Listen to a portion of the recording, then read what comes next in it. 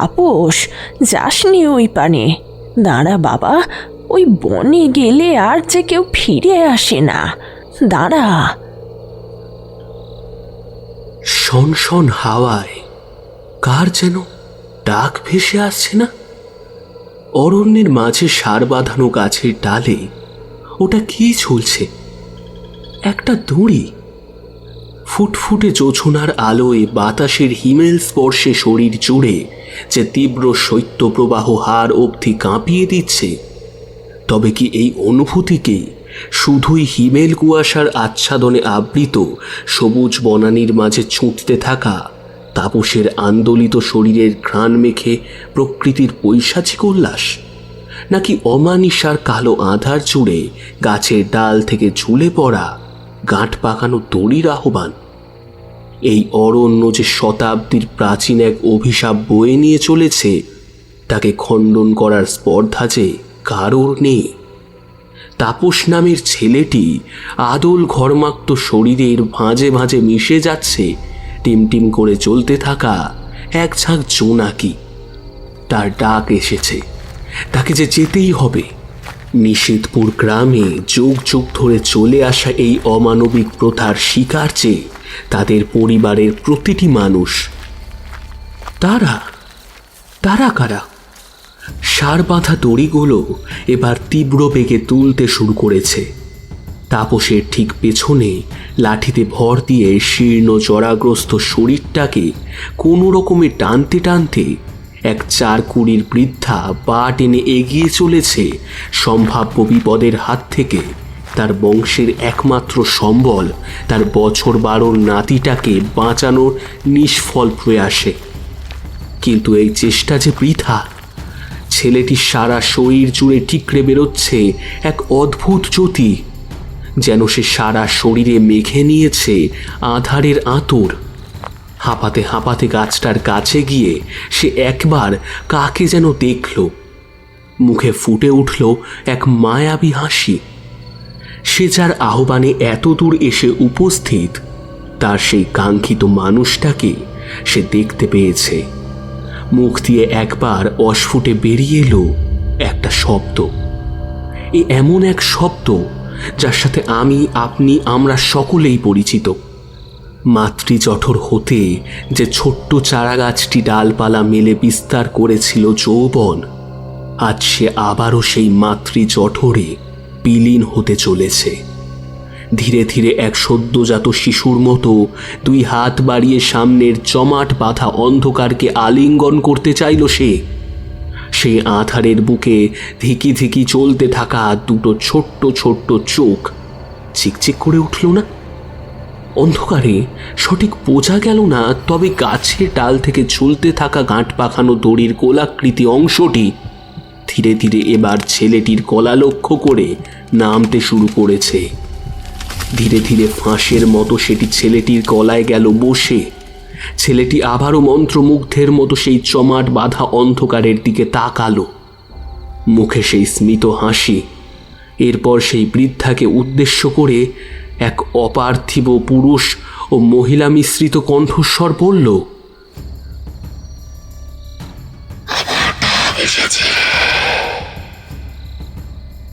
আমি মায়ের কাছে যাচ্ছি।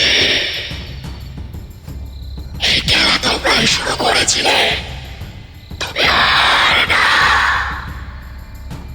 প্রকৃতিকে নষ্ট করেছি তোমরা। বিনা কারণে নির্বাসন দণ্ডে দণ্ডিত করেছ অসহায় অবলা নারীদের। প্রকৃতির বিরুদ্ধাচারণ এই গ্রাম তথা এই অরণ্যে অভিশাপ বয়ে এনেছে।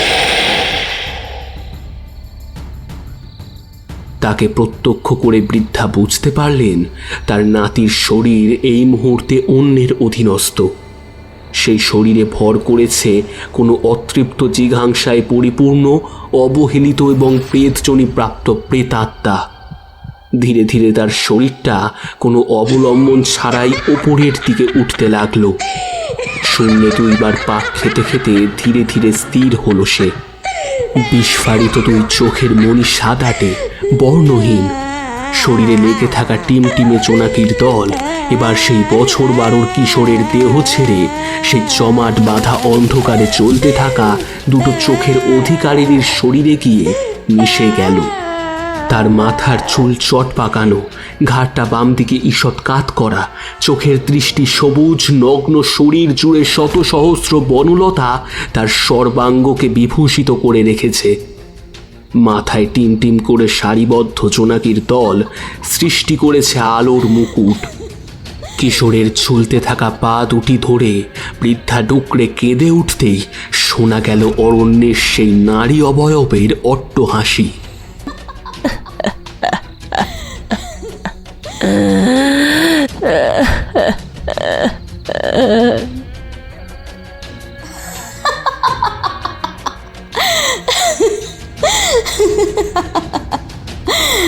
এই মরণ খেলায় উজাড় হবে গ্রাম, কেউ বাঁচবে না, কেউ না, কেউ না।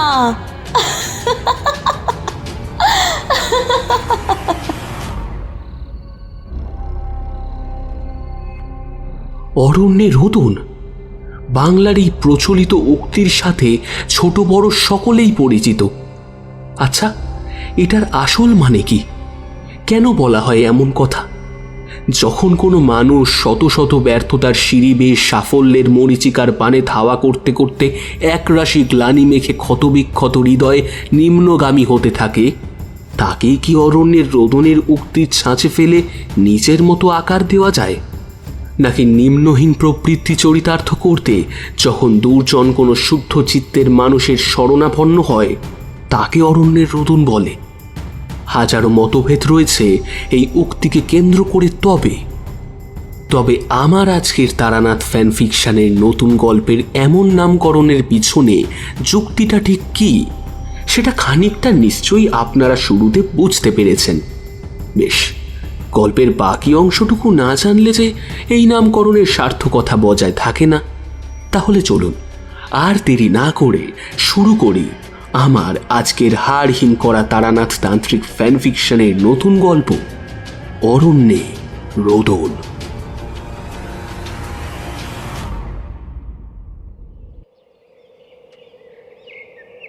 আজ সকাল থেকে মনটা বিশেষ ভালো নেই। বারংবার ঋণাত্মক চিন্তা দেহ এবং মনকে আচ্ছন্ন করে রেখেছে। আকাশের কালো ঘন মেঘের আড়ালে ওই ঋণাত্মক শক্তির আধার স্বয়ং সূর্যদেব যেন মুখ লুকিয়েছেন। গিন্নি বাপের বাড়ি গেছে, তাও বেশ কয়েকদিন হলো। আজ রবিবার, ছুটির দিনটি অলসভাবে অতিবাহিত করছি বটে। তবে ওই যে বললাম, মনটা বড়ই অশান্ত।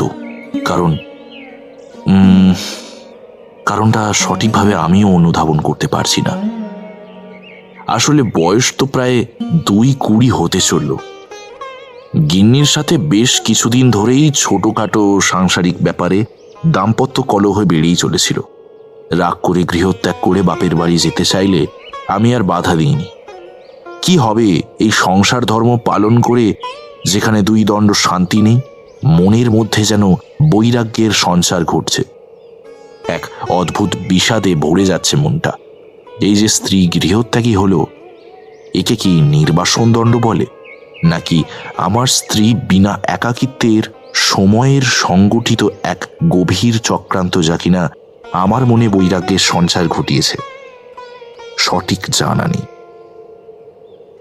তবে জানেন, তাকে মানিয়ে নেওয়ার আপ্রাণ চেষ্টা করেছিলাম, কিন্তু পারলাম কই। ব্যাপারটা সামান্যই। ওই গিন্নি কদিন ধরে কলকাতার বাহিরে কোথাও যাওয়ার ইচ্ছে প্রকাশ করছিল, কিন্তু আমি হলাম গিয়ে বেতনভুক্ত সরকারি কর্মচারী। যখন তখন কি ছুটি মঞ্জুর হয়? সবটাই অরণ্যে রোদন। এই যেমন গিন্নিকে মানানোর বৃথা প্রচেষ্টা, কিংবা অফিসের বড়বাবুর কাছে বারংবার ছুটির দরখাস্ত দিয়ে প্রত্যাখ্যাত হওয়া। অগত্যা এই অধম বিভূতি এই নোনা ধরা 4 দেওয়ালের মাঝে বসে নির্বাসন দণ্ড কাটাচ্ছি। মাঝে মাঝে মনে এও প্রশ্ন জাগে যে রামায়ণে শ্রীরামচন্দ্রকে 14 বছরের বনবাসে দণ্ডিত করে তার পিতা রাজা দশরথ যে পুত্রশোক পেয়েছিলেন সেটাও যে নিজ রাজত্বে বসেই তার কাছে নির্বাসনদণ্ড ছিল, তাই নয় কি? না হলে পুত্রশোকে আকুল হয়ে তিনি প্রাণত্যাগ করলেন কেন? এই যেমন আমিও স্ত্রী শোকে কাতর, প্রায় বুকের বাম দিকটা একটা চিনচিনে ব্যথা অনুভব হচ্ছে না। বিছানায় উঠে বসে বার দুয়েক টেনে টেনে বিশুদ্ধ বাতাস লাল হৃৎপিণ্ডে প্রবেশ করালাম। হাত বাড়িয়ে রেডিওর নব ঘুরিয়ে শুনতে লাগলাম আকাশবাণী, রেডিও অনুষ্ঠানের সরাসরি সম্প্রচার। আমি আবারও বালিশটা টেনে ধরে মাথাটা বিছানায় রাখতেই যাচ্ছি, ঠিক এমন সময় দরজায় দুবার টোকা পড়ল। আমি থতমত খেয়ে আবারও উঠে বসে পায়ে চটি গলিয়ে গিয়ে দরজা খুলে দেখি, ওমা, এ যে কিশোরী। হাতে ধরে থাকা দুটি হাঁড়ির দিকে চেয়ে বুঝতে পারলাম এই মিষ্টান্ন পাড়ার মোড়ের রাধারমণ বাবুর দোকানের। তবে আচমকা বিনা মেঘে বজ্রপাতের মতো মিষ্টান্ন হাতে কিশোরীর আগমন আমায় বেশ অবাক করেছে বৈকি। আরে হাঁ করে দাঁড়িয়ে আছো কেন? দাঁড় ছাড়ো, আমার ভেতরে ঢুকতে দাও। কিশোরীর কথা শুনে আমি দাঁড় ছেড়ে দিতেই কিশোরী ঘরে এসে কাঠের টেবিলটাতে খট করে 2 হাঁড়ির মিষ্টান্ন রেখে বিছানায় বসে পড়ল। আমার জিজ্ঞাসু চাহনি যখন এমন এক অপ্রত্যাশিত ঘটনার কারণ অনুসন্ধানে ব্যস্ত, কিশোরী তখন তার ঝোলা থেকে একটি বই বের করে আমার হাতে দিল। আমার নতুন বই বাজারে বেশ নাম করেছে, বুঝলে? হে, ঠাকুর মশাইয়ের অভিজ্ঞতা ঝুলি হতে আমার শুষ্ক জ্ঞান বৃক্ষ আজ না জানে কত শত গল্পের সমাহার নিয়ে ফুলে ফেপে উঠেছিল। তারই মধ্যে থেকে একটি গল্প আমি আমার এই শুভ্র পৃষ্ঠায় ছাপার অক্ষরে মেলে ধরেছি, আর যার ফলস্বরূপ একটা মোটা অঙ্কের সাম্মানিকও পেয়েছি। তাই দিয়ে ভাবলাম যাই, তোমাদের একটু মিষ্টিমুখ করিয়ে আসি। এতক্ষণে সমস্ত ব্যাপারটা বুঝতে পারলাম। বন্ধুর এই হেন সাফল্যে বেশ গৌরবান্বিত হলাম বৈকি। পাশে রাখা আরেকটি হাঁড়ি যে কার প্রাপ্য সেই বিষয়ে আর কোনো সন্দেহ রইল না, এবং আমাদের পরবর্তী গন্তব্যস্থল যে বটতলা লেনে তারানাথ তান্ত্রিকের গৃহ সেই বিষয়েও কোনো সন্দেহ রইল না। আমি কথা না বাড়িয়ে চটজলদি পরনের কাপড় পরিত্যাগ করে নতুন ধুতি পাঞ্জাবি পরিধান করলাম। কিশোরীর বইটি হাতে ধরে এক ঝলক তার প্রচ্ছদের দিকে চেয়ে দেখলাম গল্পের শিরোনাম বেশ নজর কাড়া বলতে হয়, মৃত্যুর হাতছানি। বইটি আবারও বিছানায় রেখে আমি আর কিশোরী চললাম তারানাথের বাড়ির উদ্দেশ্যে। কালো মেঘের ঘনঘটা ধীরে ধীরে গ্রাস করেছে বিশ্ব চরাচর।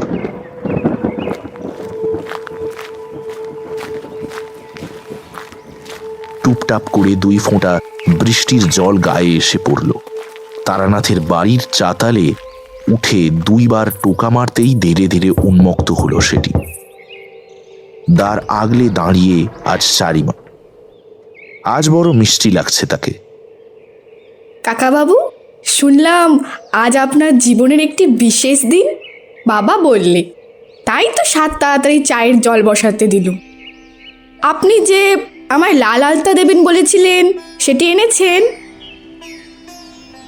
এই যা, বেমালুম ভুলে গিয়েছি। আর তবে পরের বার ঠিক নিয়ে আসবো রে মা। কিন্তু আজ যে আমার বিশেষ দিন, ঠাকুর মশাই জানলেন কিভাবে? চারিমা আবারও একগাল হেসে কোনো কথা না বলে পথ ছেড়ে দিতেই ঘরে প্রবেশ করে কিশোরী তার হাতে থাকা মিষ্টান্নের হাঁড়িটা দিল। ঠাকুর মশাই কি ঘরেই আছেন? হ্যাঁ কাকাবাবু, আপনারা ভেতরে যান, আমি চা, মিষ্টি আর সাথে মুড়ি মাখা নিয়ে আসছি। তারানাথের কন্যা চারি সেই কবে থেকে কিশোরীর কাছে এক শিশি আলতার জন্য বায়না ধরেছে। আজ দেব কাল দেব করে কিশোরী বারবার ভুলে যায়। একেই বোধহয় অরণ্যের রোধন বলে। সে যাই হোক, ঘরে প্রবেশ করে দেখি তারানাথ নিবিষ্ট মনে কি যেন পাঠ করে চলেছে। হলদেটে বিবর্ণ এক পুঁথি, যার পাতা যে কোনো মুহূর্তে হাতের আলতো ছোঁয়ায় গুঁড়ো গুঁড়ো হয়ে ঝরে পড়বে যেন। তারানাথের সাধন স্থল সেই ছোট্ট এক ফালি ঘর, এবং তিনি এক বিশেষ আসনে উপবিষ্ট। শরীরে রক্তাম্বর, ললাটে ছাই, এবং মুখ জুড়ে সাদা দাড়ি গোঁফের জঙ্গল।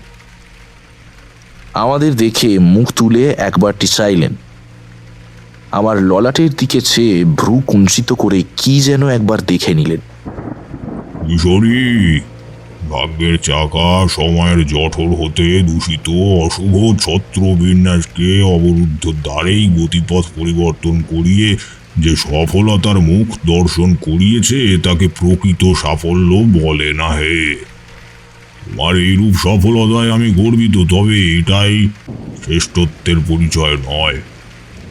আরো আরো অগ্রসর হতে হবে। পরাজয়কে পৃষ্ঠ প্রদর্শন করিয়ে কর্মকে ত্বরান্বিত করতে হবে। এরপর খানিক নীরবতা। পুঁথির পাতা উল্টে আবারও কি যেন দেখে নিলেন তিনি। এরপর পুঁথি বন্ধ করে কপালে ঠেকিয়ে তক্তপোষের পাশে সযত্নে রেখে এবার আমার দিকে চাইলেন। সময়ের যৌতুক গৃহে রাগ, অভিমান এবং অহংকে ভস্মাহুতি দিয়ে তবেই সংরক্ষকের ভূমিকায় অবতীর্ণ হতে হয় বিভূতি। আমরা প্রত্যেকেই যে সংরক্ষক মুহূর্তগুলোকে যতনে মালায় গেঁথে চলেছি হে। একটির পর একটি ফুল গেঁথে তবেই যে মালা তৈরি হয়। অনেকের বিরাম অবসাদ নয়, বরং সাফল্যকে ত্বরান্বিত করে। অযথা নিজেকে দুষে কেন কষ্ট দিচ্ছ? আঁকা কলসে পাথর ভরে নির্বিকার চিত্তে বিসর্জনের অস্তগামী লাল আভায় গানা ভাসিয়ে বরং কর্মে মনোযোগী হও, নইলে অরণ্যে রোদন হবে বই কি। আমরা মন্ত্রমুগ্ধের ন্যায় তারানাথের কথাগুলো কর্ণের মাধ্যমে হৃদয়ঙ্গম করতে সচেষ্ট ছিলাম। কথায় কথায় তিনি যে আমার এবং কিশোরীর বর্তমান পরিস্থিতির কথাই দর্শালেন সেই বিষয়ে কোনো সন্দেহ নেই। তিনি যে ত্রিকালজ্ঞ, তার কাছ থেকে জগতের কোনো কিছুই গোপন নেই। কিশোরী পূর্বেই তারানাথের এহেন ক্ষমতার প্রদর্শনী উপলব্ধ এবং প্রত্যক্ষ দুইই করেছে, তাই তাঁর এরূপ কথায় বিশেষ অবাক হল না, আমিও হলাম না। তবে তাঁর এই ভাব প্রকাশের ভঙ্গিমা সত্যিই অনবদ্য। কিশোরী এবার তারানাথের দিকে এক প্যাকেট পাসিং সই গিয়ে দিল। ঠাকুর মশাই, এতক্ষণ আপনি কি পাঠ করছিলেন সে বিষয়ে আমাদের একটু জ্ঞাত করুন, যাতে আমরাও আমাদের জ্ঞান বৃক্ষের গোড়ায় খানিক জল ঢালতে পারি। এই পুঁথি যে কোনো সাধারণ পুঁথি নয় সেটা নিশ্চয়ই তোমরা বুঝতে পারছো। পুঁথির আকার, আয়তন এবং পৃষ্ঠা দর্শন করে। এই পুঁথির পাতায় কি আছে জানো? সহস্র বছর ধরে নানান তান্ত্রিক ক্রিয়ার ঘটনাবলী দ্বারা সমৃদ্ধ এই পুস্তক কি দিয়ে তৈরি জানো তোমরা? এ তো মানুষের শরীরের চামড়া এবং অস্থি দিয়ে। সর্বোপরি এই পুস্তককে যে কালি ব্যবহার করা হয়েছে সেগুলো মহান তান্ত্রিকদের ধমনীতে বইতে থাকা উষ্ণ পবিত্র রক্ত। এই পুঁথির বয়স প্রায় 100 বৎসরের বেশি বই কম নয়। এই পুঁথিতে যেই সমস্ত তন্ত্রক্রিয়ার উল্লেখ রয়েছে তাতে এই গোটা বিশ্ব ব্রহ্মাণ্ডকে নিজের করায়ত্ত করা সম্ভব, বুঝলে? এই পুঁথির ভাষা প্রাচীন সংস্কৃত অর্থাৎ দেবনগরী, এবং এই পুঁথির মন্ত্র শক্তির দ্বারা একবার আমি স্বয়ং প্রকৃতি মায়ের রোষ থেকে একটা গোটা গ্রামকে উদ্ধার করেছিলাম। আসলে কি জানো তো, তোমরা মানুষ বরাবরই ভীষণ স্বার্থপর। নিজের স্বার্থন্বেষী মনোভাবের জন্য মানুষ নানান কুপ্রথার মাধ্যমে নিজের বিপদের পথ নিজেরাই প্রশস্ত করেছে। এই পুঁথি আমি পেয়েছিলাম আমার এক শিক্ষাগুরুর কাছ থেকে। তিনি আমায় বলেছিলেন, তারানাথ, আমার নিকট তন্ত্র শিক্ষায় বহু মানুষই ব্রতী হয়েছে, তবে তারা সেই তন্ত্রবিদ্যাকে নিজের স্বার্থে ব্যবহার করেছে। কিন্তু তুমি মানুষের কল্যাণ সাধনায় আত্মহুতি দিয়ে আমায় সন্তুষ্ট করেছ। তিনি ছিলেন প্রাচীন বৌদ্ধ মতে দীক্ষিত তান্ত্রিক এবং বৌদ্ধ তন্ত্রের নানাবিধ ক্রিয়ার সিদ্ধ অস্ত। সদ্গুরুর সন্ধানে আমি বাংলা ছড়িয়ে সুদূর লাদাখেও পাড়ি জমিয়েছিলাম এককালে। সেইখানে এক বৌদ্ধ মঠে ওনার সাক্ষাৎ দর্শন পাই। এই পুঁথি তিনি উত্তরাধিকার সূত্রে তার পিতার কাছ থেকে পেয়েছিলেন। তিনি আমায় সন্তানের চোখে দেখতেন, তাই তিনি সেটি আমায় প্রদান করেন। আমাদের কথোপকথনের মাঝে চারিমা 3 কাপ চা, মিষ্টান্ন এবং রেকাবি সাজিয়ে এক বাটি মুড়ি তেল দিয়ে মেখে কাঁচা লঙ্কা দিয়ে সাজিয়ে নিয়ে এসে আমাদের সামনে এসে রাখলে। ঠাকুরমশাই, আপনি যেরূপ ঘটনার অবতারণা করেছেন তাতে যে আমাদের কৌতূহল বৃদ্ধি ঘটছে। আমি জানি আপনার নিকট প্রায়শই যে অনুরোধ নিয়ে আমরা আসি সেই বিষয়ে আপনি অবগত, তাই রহস্যের অবগুণ্ঠন পরিত্যাগ করে এইবার আপনার অভিজ্ঞতার ঝুলি হতে এমনই এক ঘটনা শুনতেই বড় কৌতূহল জাগছে। আপনার নিকট তাই আমাদের একান্ত অনুরোধ, যদি আমাদের এই ঘটনা ব্যক্ত করেন তাহলে অতিশয় বাধিত হব। প্রকৃতিকে নিয়ন্ত্রণ করার ক্ষমতা মানুষের রয়েছে, এটি সত্য বটে, তবে সম্পূর্ণরূপে নয়। লাদাখ থেকে মহাযানতন্ত্রের নানাবিধ প্রক্রিয়ায় শিক্ষা লাভ করে যখন বাংলায় ফিরি তখন সময় প্রায় সায়াহ্ন। অপরাহ্নে প্রখর গ্রীষ্মের দাবদাহে শরীর জুড়ে এক রাশ ক্লান্তির ছাপ সুস্পষ্ট। নিজ গৃহে প্রত্যাবর্তনে সেরূপ তারা ছিল না বলতে পারো। তখন আমার যুবাকাল, কতই বা বয়স, এই ধরো বছর 25। যৌবনের প্রাচুর্যে ভরপুর এই শরীর জুড়ে তখনও আজকের মতো বার্ধক্যের জরা গ্রাস করেনি। তার আগে আমি শ্মশানের সেই মাতু পাগলির সাক্ষাৎ দর্শন পেয়েছি। ইতিপূর্বে শিখেছি নানাবিধ গুরুতন্ত্র। মধুসুন্দরী দেবীর কৃপায় ধন্য হয়ে ভূত প্রেত এবং পিশাচের ওপর আধিপত্য বিস্তার করতে সক্ষম হয়েছি। মানুষের কল্যাণ সাধনায় ব্রতী হয়েছি। এমতাবস্থায় আবারও বেরিয়ে পড়েছি যাতে অন্য কোনো গুরুর পদপদ্মে তার শিষ্যত্ব গ্রহণ করে তন্ত্রের আরও কিছু বিষয় সম্বন্ধে অবগত হতে পারি।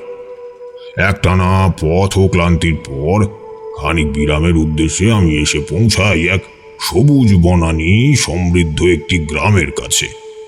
গ্রামের নাম পরে জেনেছিলাম, নিশীথপুর। পূর্ব মেদিনীপুরের এক প্রত্যন্ত গ্রাম ছিল এই নিশীথপুর। এখন অবশ্য সেটি মফস্বলে পরিণত হয়েছে। আমার আজকের এই নিবেদন এই গ্রাম এবং এই অরণ্যকে কেন্দ্র করেই। ওরা জানো কিনা জানি না, বৌদ্ধ মহাযান তন্ত্রে কোনো সাধক সাধনা কালে মারা গেলে তাকে পোড়ানো কিংবা দাহ করা হতো না। তারা মনে করতেন মৃতদেহকে পাহাড় থেকে নিচে ফেলে দিলে তার আত্মার নির্বাণ লাভ ঘটে। আমার আজকের এই ঘটনায় এমন কিছুর উল্লেখ রয়েছে, তাই এমন প্রসঙ্গ বলে রাখছি। নিস্তব্ধ অরণ্যের গায়ে তখন লেগে রয়েছে সায়াহ্নের উজ্জ্বল সৌররশ্মি। নিকটেই অবস্থিত সমুদ্রের জল ও হাওয়া শরীরে এসে লাগছে। একটি সুবিশাল বটবৃক্ষের তলদেশে শুকনো পাতা এবং ডালপালা সহযোগে ধুনি জ্বালিয়ে আমি খানিক বিশ্রাম নিচ্ছিলাম। হাত বোঝা চোখের তারায় লেগেছিল প্রকৃতির নগ্ন সৌন্দর্যের মুগ্ধতা। কান পেতে শুনছিলাম নানান পাখির কলকাকলি। ঠান্ডা হাওয়ায় ধীরে ধীরে দূরীভূত হচ্ছিল শরীরে লেগে থাকা শতাব্দী ক্লান্তি। ধীরে ধীরে আমার চোখ দুটো আপনা থেকেই কখন যে বুঝে এলো টের পাইনি। সন্ধ্যার অরণ্যক শূন্যতা যে কতটা ভয়াবহ তোমরা এই জনবহুল কলকাতায় বসে বুঝতে পারবে না। হঠাৎ নাকে ভেসে এলো এক বিজাতীয় গন্ধ। শ্রবণ ইন্দ্রিয় আভাস পেল আসন্ন বিপদের। আচমকা ঘুম ভেঙে যাওয়ায় খানিক বিরক্ত বোধ করছিলাম বইকি, খিদেও পাচ্ছিল বটে। ঝোলার ভিতর থেকে সংরক্ষিত চিড়ে এবং খানিক বাতাসা সহযোগে খেতে শুরু করলাম। চারিদিকে তাকিয়ে দেখলাম অরণ্যে নেমে এসেছে রাত্রির নীরবতা। কান পাতলেই শোনা যায় ঝিঁঝির ডাক। বনের মধ্য হতে ভেসে আসে হিংস্র হায়নার অট্টহাসি। পিশাচ কিংবা প্রেত আমার তেমন ক্ষতি করতে পারবে না, কারণ পূর্বেই আমি দেহ বন্ধন করে দিয়েছিলাম। তবে ভয় একটাই, বনের হিংস্র জানোয়ারের। যদিও এই অঞ্চলে বাঘ কিংবা সিংহের উৎপাত তেমন শোনা যায়নি, ইংরেজ সরকারের বদান্যতায় আজকের মতো চোরা শিকারীদের ভয়ও বিশেষ ছিল না। তবুও কেন জানি না কোনো এক অজানা আশঙ্কায় বুকটা বারবার কেঁপে উঠছিল। গ্রাম এই অরণ্য পেরিয়ে তাও প্রায় মাইল বিশেকের পথ। হঠাৎ দেখলাম চাঁদের ম্লান আলোয় সবুজ বনানীর গায়ে যেন একটা জমাট বাঁধা কুয়াশা আর ধূসর প্রলেপ।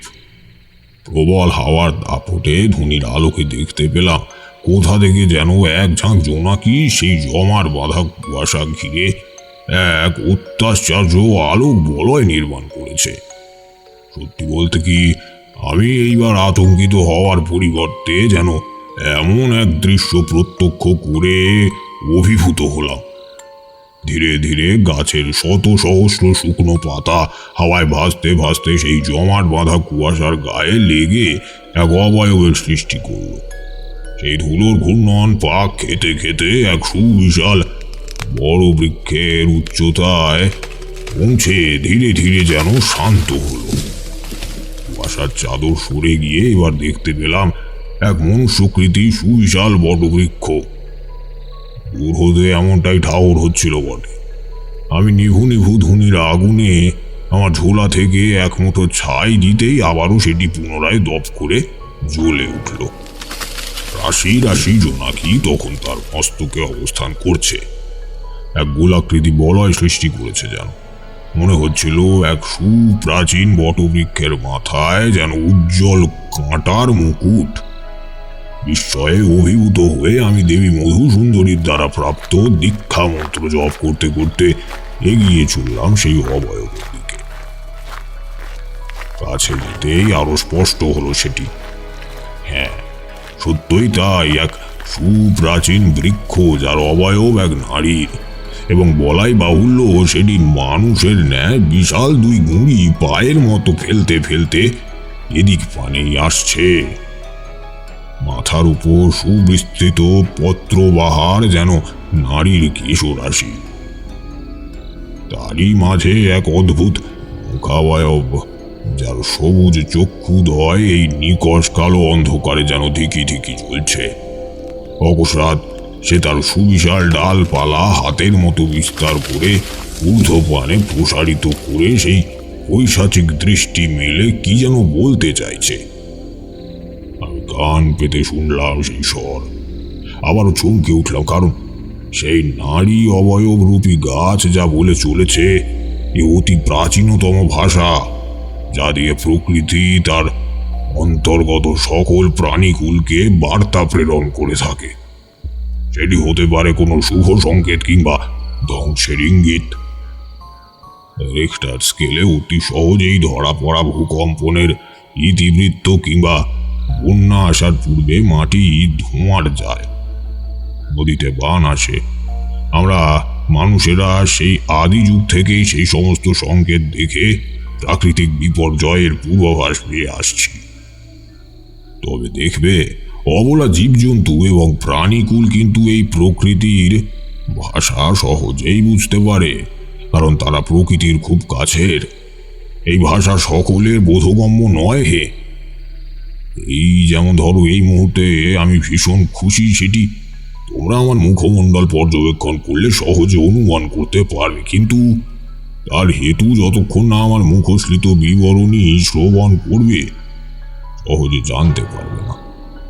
ঠিক সেইরূপ ভাষা এই প্রকৃতির, যার সরাসরি বার্তাই অবলা প্রাণীরা বুঝতে পারে। তাদের সাথে যে প্রকৃতির হৃদয়ের টান বড়ই তীব্র। হঠাৎই অরণ্যে স্থিত বাকি গাছগুলো প্রচণ্ড বেগে দুলতে শুরু করল, যেন মুহূর্তের মধ্যে প্রতিটি গাছের ডাল থেকে নেমে এলো একটি করে গাঁট পাকানো দড়ি, যার গোড়ার দিকটা ফাঁসের মতো করে পেঁচানো রয়েছে। হঠাৎই দৃশ্যপটের পরিবর্তন ঘটল। মুহূর্তের মধ্যে সেই সমস্ত দড়ি প্রচণ্ড বেগে দুলতে শুরু করলো এবং হাজার হাজার নারীর বুক ফাটা আর্তনাদ এবং ক্রন্দন ধ্বনিতে মুখরিত হলো এই ভয়ালো ভয়ঙ্কর অরণ্য।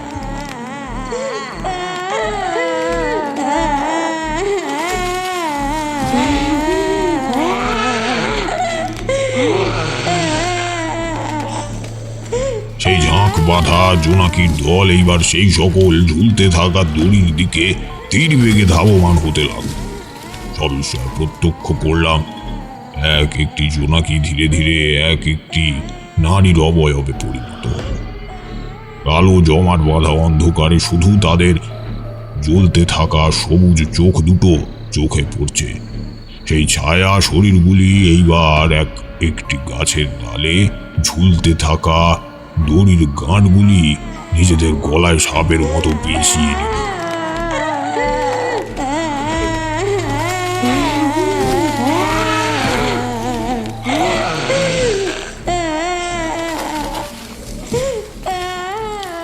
তীব্র ক্রন্দনে আবারও ভরে উঠল সেই বনভূমি।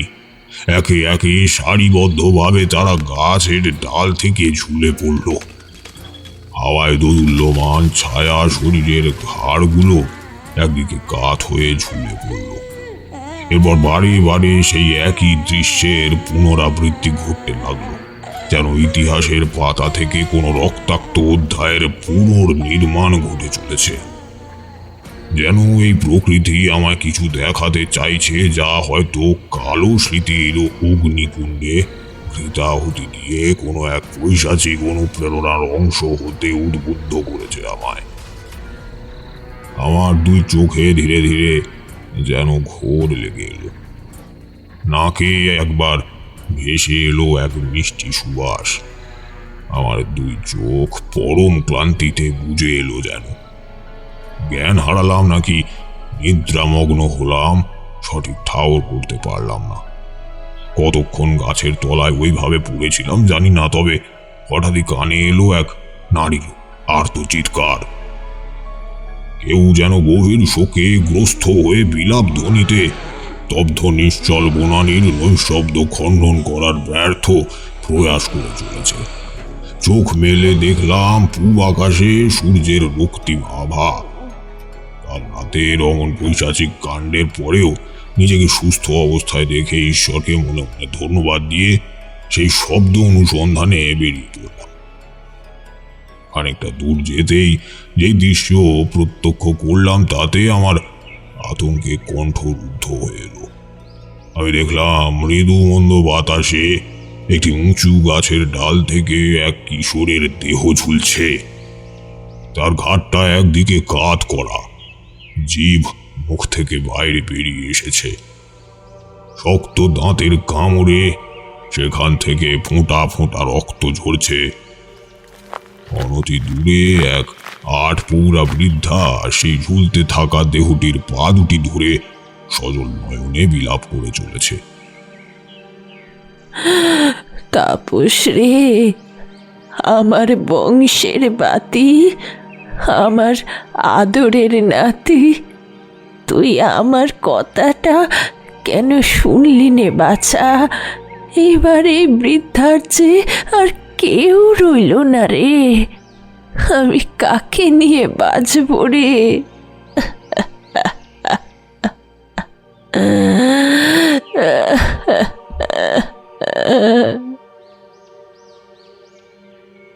বুঝতে পারলাম ছেলেটা কোনো হতাশাজনিত কারণে হয়তো আত্মহননের পথ বেছে নিয়েছে।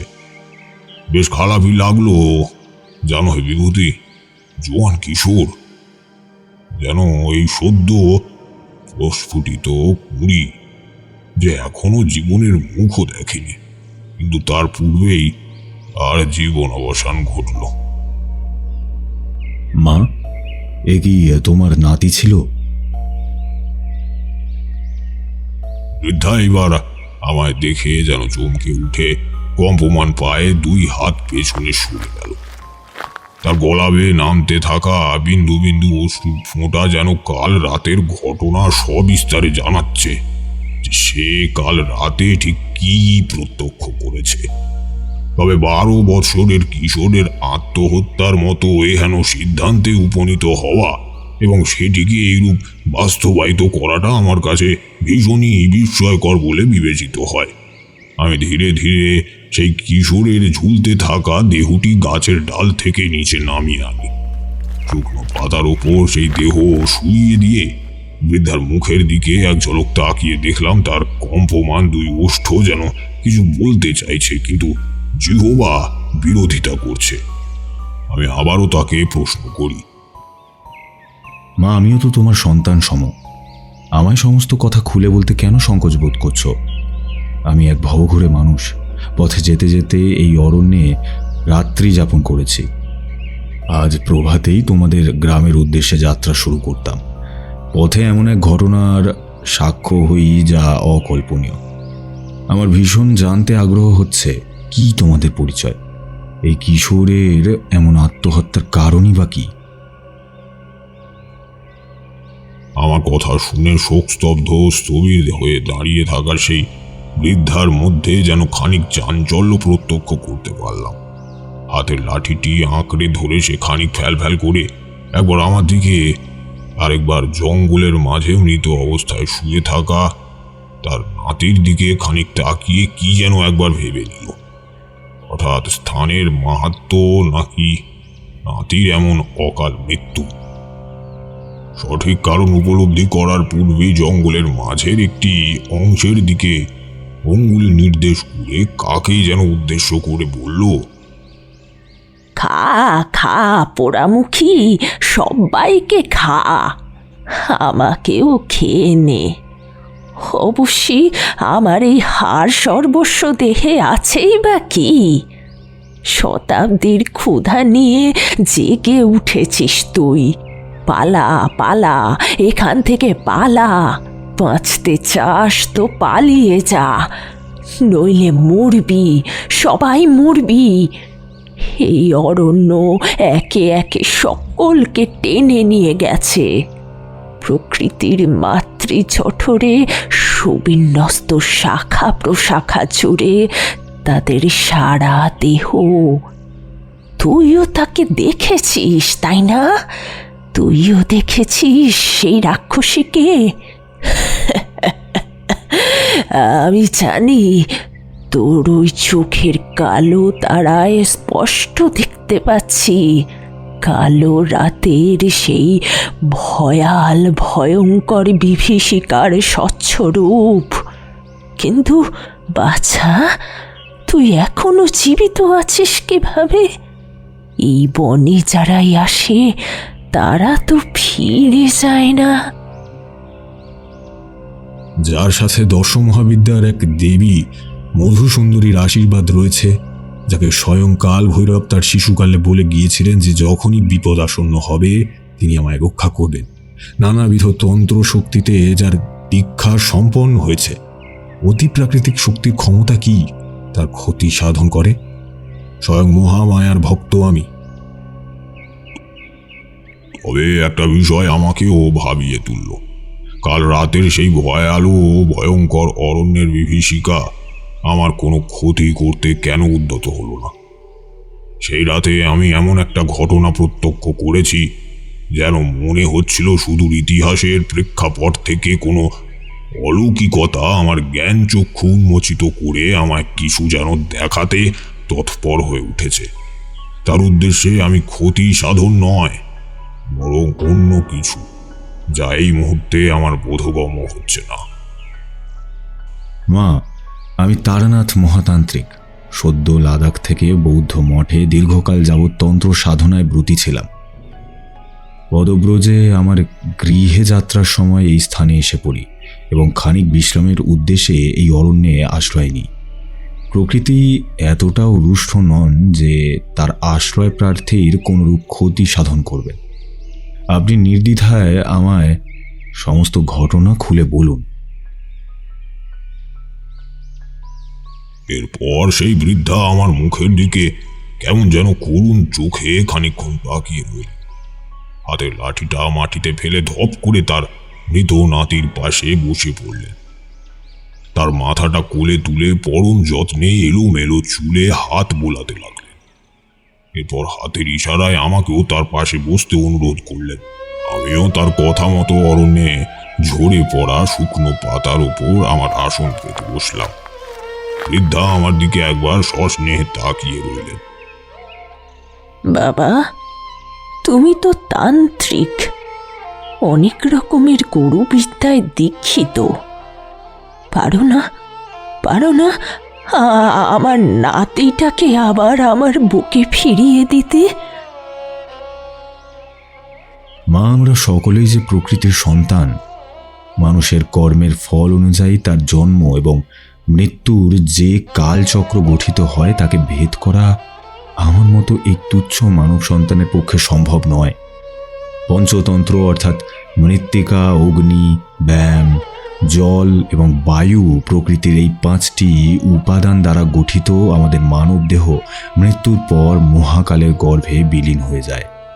তবুও আপনি যদি দয়া করে বলেন এমন ঘটনার কারণ কি, তাহলে হয়তো আর যাতে কেউ এই অপমৃত্যুর শিকার না হয় সেই পথ বন্ধ করার আপ্রাণ চেষ্টা করব।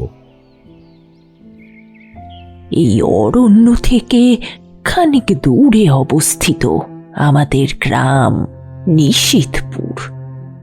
আজ যাকে দেখছ তার নাম তাপস, আমার বংশের একমাত্র কুলপ্রদীপ।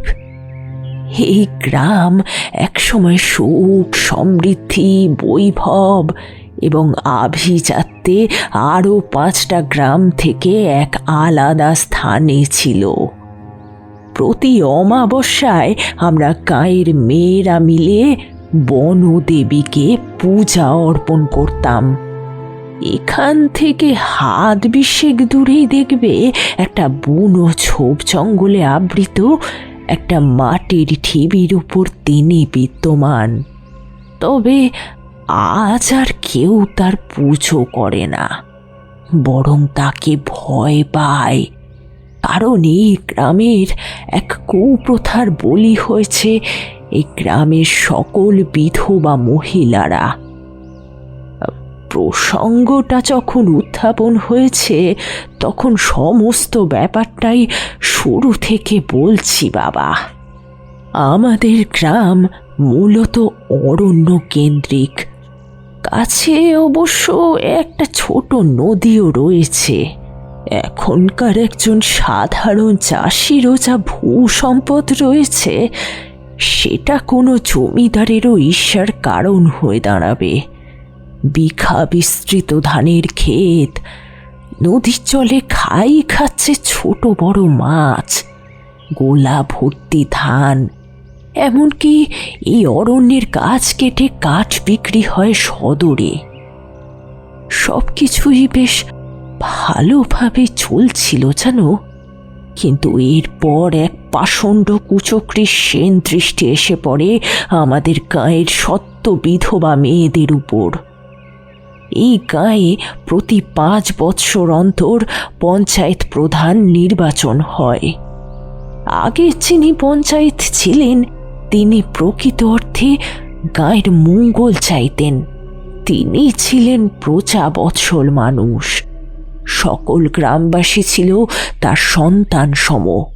তার মৃত্যুর পর তার জ্যেষ্ঠ পুত্র এই গ্রামের প্রধানের আসনে বসে। ক্ষমতা পাওয়ার পরেই তার আসল রূপ সকলের সামনে আসে। এই গ্রামে জমিদারি প্রথা নেই বটে, তবে এই গ্রাম প্রধানের পদ কোনো জমিদার থেকে কম কিছু ছিল না বাবা।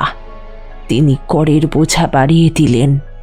গেল বৎসর কোনো না কোনো কারণে, যেমন ধরো নদীতে মাছ ধরতে গিয়ে, জলে তলিয়ে গিয়ে, কিংবা ধরো অরণ্যের কাঠ কাটতে গিয়ে সাপের কামড়ে মৃত্যু, এছাড়া গ্রামের জমিতে লাঙল টানতে গিয়ে প্রখর গ্রীষ্মের তাপদাহে কারোর না কারোর মৃত্যু হতোই।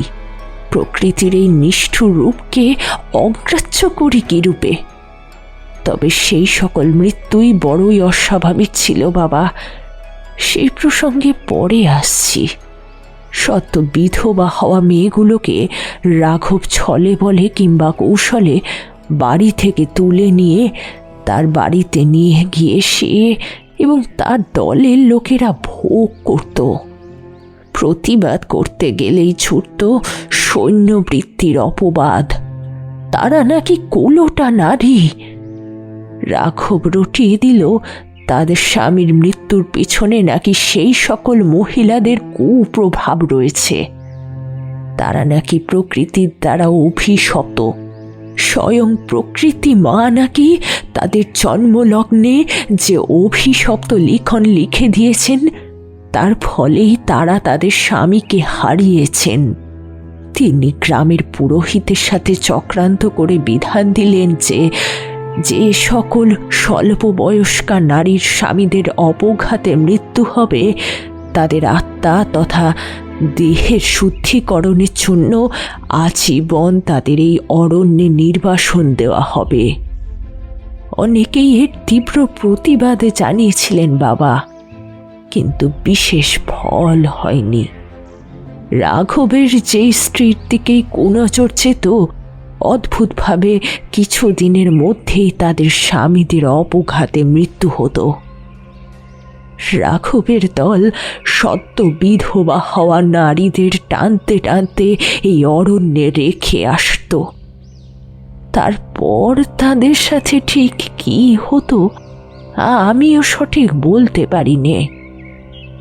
তবে এই নিয়ম কিন্তু বিধবা বৃদ্ধাদের ক্ষেত্রে প্রযোজ্য ছিল না। এরপর কেটে গেছে বেশ কিছু বছর। তাপসের বাবা মানে আমার ছেলেকে একদিন এই বনের মধ্যে পাওয়া গেল ক্ষত বিক্ষত অবস্থায়। তার শরীরের উপর পড়েছিল একটা গোটা গাছ।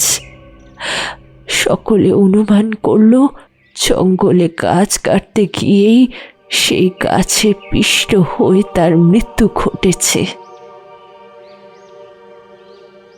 বৃদ্ধার কথায় আমার মুখমণ্ডল জুড়ে চিন্তার চিত্রাঙ্কন অবচেতন তথা সচেতন মনের দ্বন্দ্বের জন্ম দিল। সেটি কুঞ্চিত ভ্রুযুগল দেখে যে কেউ সহজেই ঠাহর করতে পারত। নারী সংসারের লক্ষ্মী। যেই নারীকে কোনো দেশ কোনো সমাজ পরিত্যাগ করেছে, সেই স্থান কলুষিত হয়েছে, নিঃস্ব হয়েছে।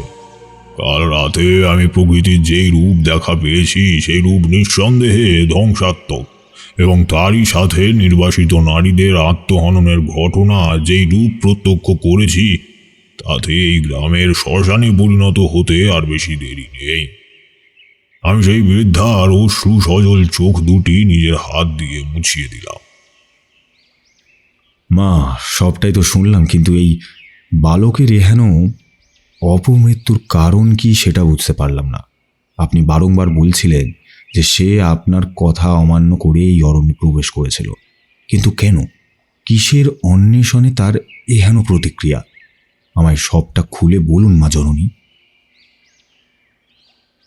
তবে শোনো তারানাথ, যে সকল অপঘাতে মৃত্যুর ঘটনা এই গ্রামে ঘটেছে এবং যার ফলে অপঘাতে মৃত্যু হওয়া স্বামীর সদ্য বৈধব্য বেশধারিণী স্ত্রীদের কৌশলে এই অরণ্যে নির্বাসন দেওয়া হয়েছে, পরবর্তীকালে কালের অমোঘ নিয়মে তাদের পরিবারের সন্তানরা প্রতি রাতে এই অরণ্যের মধ্য থেকে তার মায়ের ডাক শুনতে পেত। যারাই এই ডাকে সাড়া দিয়েছে তারা আর ফিরে আসেনি। এমনিতে রাঘবের কড়া নির্দেশ ছিল যে গ্রামের সাধারণ মানুষ আর এই স্থানে বিনা অনুমতিতে প্রবেশ করতে পারবে না। একমাত্র যেই সকল নারীদের নির্বাসন দণ্ড দেওয়া হবে তাদেরকে এই স্থানে প্রেরণ করা হবে, কিন্তু গ্রামে ঢোকার পথ তাদের জন্য চিরতরে বন্ধ করে দেওয়া হবে। এই গোটা অরণ্যে এবং গ্রামের সংযোগস্থলকে রাঘব কাঁটাতারের বেড়া দিয়ে ঘিরে দিয়েছে। কাল আমি আর আমার নাতি রাতের খাবার খেয়ে তন্দ্রামগ্ন ছিলাম। হঠাৎ খট করে ঘরের খিল খোলার শব্দে আমার ঘুম ভাঙল। বয়স হয়েছে, তাই আগের মতো গভীর ঘুম হয় না। ভাবলাম কোনো চোর ঘরে শীত কেটে ঢুকছে বোধহয়। কাল পূর্ণিমা ছিল। গ্রামের পথঘাট চাঁদের মিঠে জ্যোৎস্নায় প্রাণোচ্ছল। আমি কোনো ক্রমে উঠে বিছানার দিকে তাকিয়ে দেখি আমার 12 বছরের নাতি হন হন করে গ্রামের মেঠো পথ ধরে এই অরণ্যের দিকে অগ্রসর হচ্ছে। আমিও তাকে অনুসরণ করলাম, পথে বাধা দেওয়ার বিস্তর প্রয়াস করলাম, কিন্তু সে আমার কথায় বিন্দুমাত্র কর্ণপাত না করে হনহনিয়ে হেঁটে চলল অরণ্যের দিকে। তার 2 চোখের দৃষ্টি শূন্য, মন্ত্রমুগ্ধের মতো সে এগিয়ে চলল, যেন সে কাউকে অনুসরণ করছে। বাতাসে তেজ তীব্র হতেই আমার কানে ভেসে এলো তার অস্ফুট কণ্ঠ। সে যেন বিড় করে বলে চলেছে, তুমি ভয় পেও না, আমি আসছি। আমি মনে মনে প্রমাদ গুনলাম। ইতিপূর্বে যেই সকল নির্বাসিত মহিলাদের পুত্র কিংবা কন্যার অকস্মাৎ অন্তর্ধান ঘটেছে, তাদের প্রত্যেকেই পরের দিন সকালে এই অরণ্যের কোনো এক গাছে ঝুলন্ত অবস্থায় প্রাণহীন শরীরটা পাওয়া গেছে। আমার নাতি কাটা তারের বেড়া অবলীলায় পার করে অরণ্যের গভীরে অন্ধকারে মিলিয়ে যেতে তার পদচিহ্ন অনুসরণ করে আমিও এই চড়াগ্রস্ত শরীর নিয়ে কোনো ক্রমে এই অরণ্যে প্রবেশ করি। এরপর কাল তুমি যে ঘটনার সাক্ষ্য বহন করেছ, আমিও তাই দেখেছি। তার সাথে দেখেছি আমার নাতি নিচের গলায় ফাঁস লাগিয়ে এই গাছের ডাল থেকে ঝুলে পড়েছিল। প্রথম দর্শনে এটি আত্মহত্যা মনে হলেও সেটা প্রকৃত সত্য যে নয়, সেটা তুমি নিশ্চয়ই জানো। বৃদ্ধার কথা শুনে আমি স্তম্ভিত হলাম। তবে মনে মনে এও প্রশ্ন জাগলো যে কোনো মা এইভাবে তার নিজের সন্তানের মৃত্যুর কারণ হতে পারে না। নিশ্চয়ই এর পিছনে অন্য কোনো কারণ রয়েছে, যা আমার খুঁজে বার করা অত্যন্ত আবশ্যক। আমি তন্ত্রমতে দীক্ষা গ্রহণের সময়কালে যেই মানব কল্যাণের স্বার্থে এই স্বার্থান্বেষী সমাজে কালিমালিপ্ত অধ্যায় সমূলে বিনষ্ট করার জন্য তৎপর হয়ে উঠেছিলাম, আজ আবারও আমার সম্মুখে সেই অগ্নি পরীক্ষা উপস্থিত হয়েছে। আর কাল বিলম্ব না করে এই দেহকে এই স্থানে সমাধি দেওয়ার ব্যবস্থা করতে হবে। অরণ্যের প্রাচীন নিয়ম অনুযায়ী অরণ্যে ঘটা কোনো অপমৃত্যুকে অগ্নিতে সমর্পিত করা প্রকৃতি বিরুদ্ধ। অরণ্য যাকে গ্রাস করেছে তার দেহ অরণ্যের বুকেই বিলীন হয়ে যাক। তাই এই মুহূর্তে গ্রামে ফিরে চলুন, আর সাথে কিছু লোকলঙ্কর এনে এই স্থানে সমাধির ব্যবস্থা করুন। সাপে কাটা মৃত শরীর যেমন অগ্নিদগ্ধ না করে জলে ভাসিয়ে দেওয়া হয়, তেমন তাকেও এই অরণ্যের বুকেই সমাধি দিতে হবে। বৌদ্ধ মতেও এই রীতি যুগের পর যুগ ধরে পালিত হয়ে এসেছে। আমার ধারণা নির্বাসনের পরে সকল নারীরাও আত্মহননের পথ বেছে নিয়েছিল এবং পরবর্তীকালে তাদের দেহ এই অরণ্যের গর্ভে হারিয়ে গেছে। গ্রামের পথে যাত্রা করার পূর্বে বৃদ্ধার দেখানো পথ ধরে অনতি দূরে গুল্মলতায় আবৃত এক স্থান দেখতে পাই।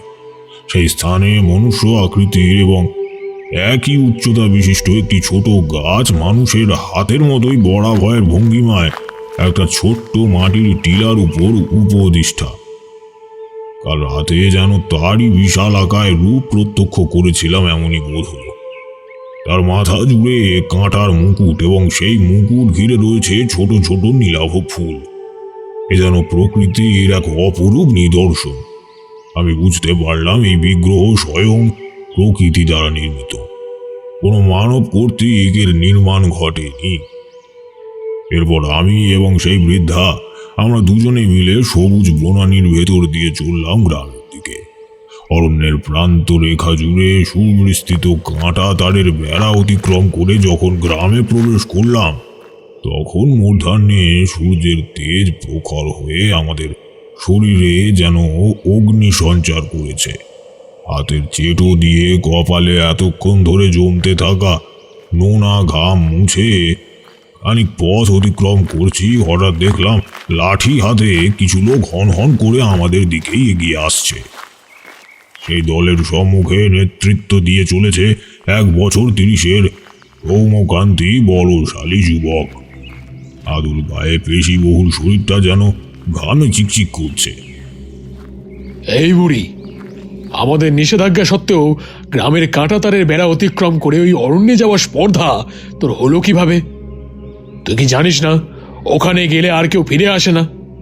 যদি আসেও, তার জন্য এই গ্রামের পথ সারা জীবনের জন্য বন্ধ হয়ে যায় এবং তার জমি বাড়ির সমস্ত কিছু গ্রাম প্রধানের অধীনস্থ হয়ে যায়।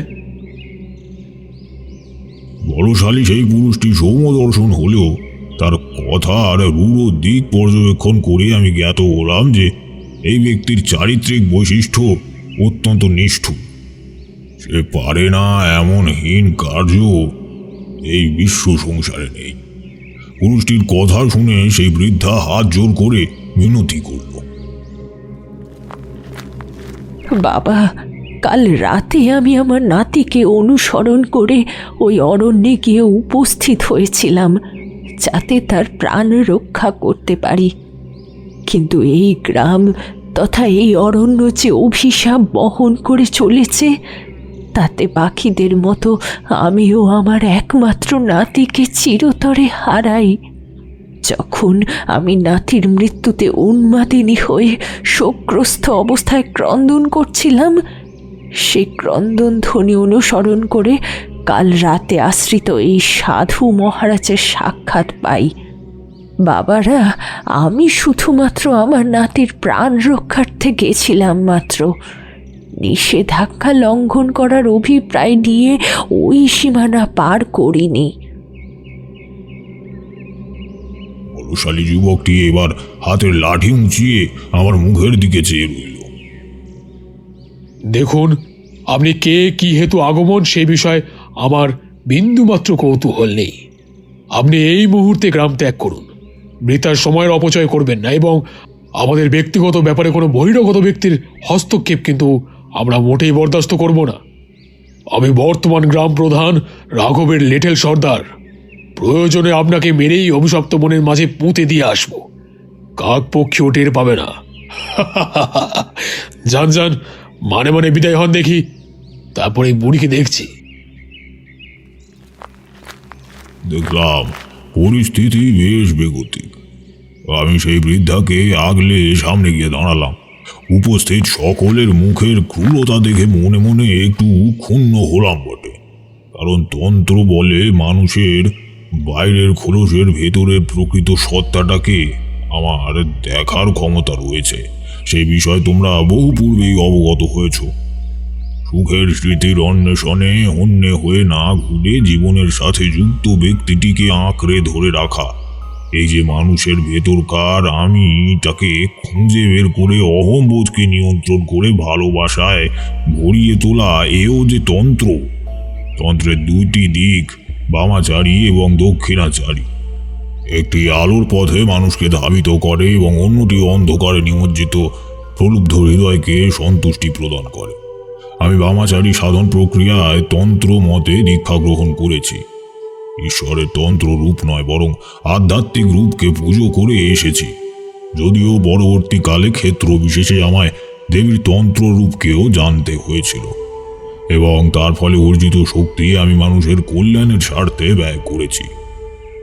সে যাই হোক, আমার সেই রূপ দেখে বলা ভালো, একজন বহিরাগত ব্যক্তির স্পর্ধা দেখে উপস্থিত সকলের ভেতরের সেই পুরুষ রূপী জানোয়ার হিংস্র গর্জন করে তেল মাখানো লাঠিটি হাওয়ায় বন বন করতে করতে আমার পানে ধেয়ে এলো।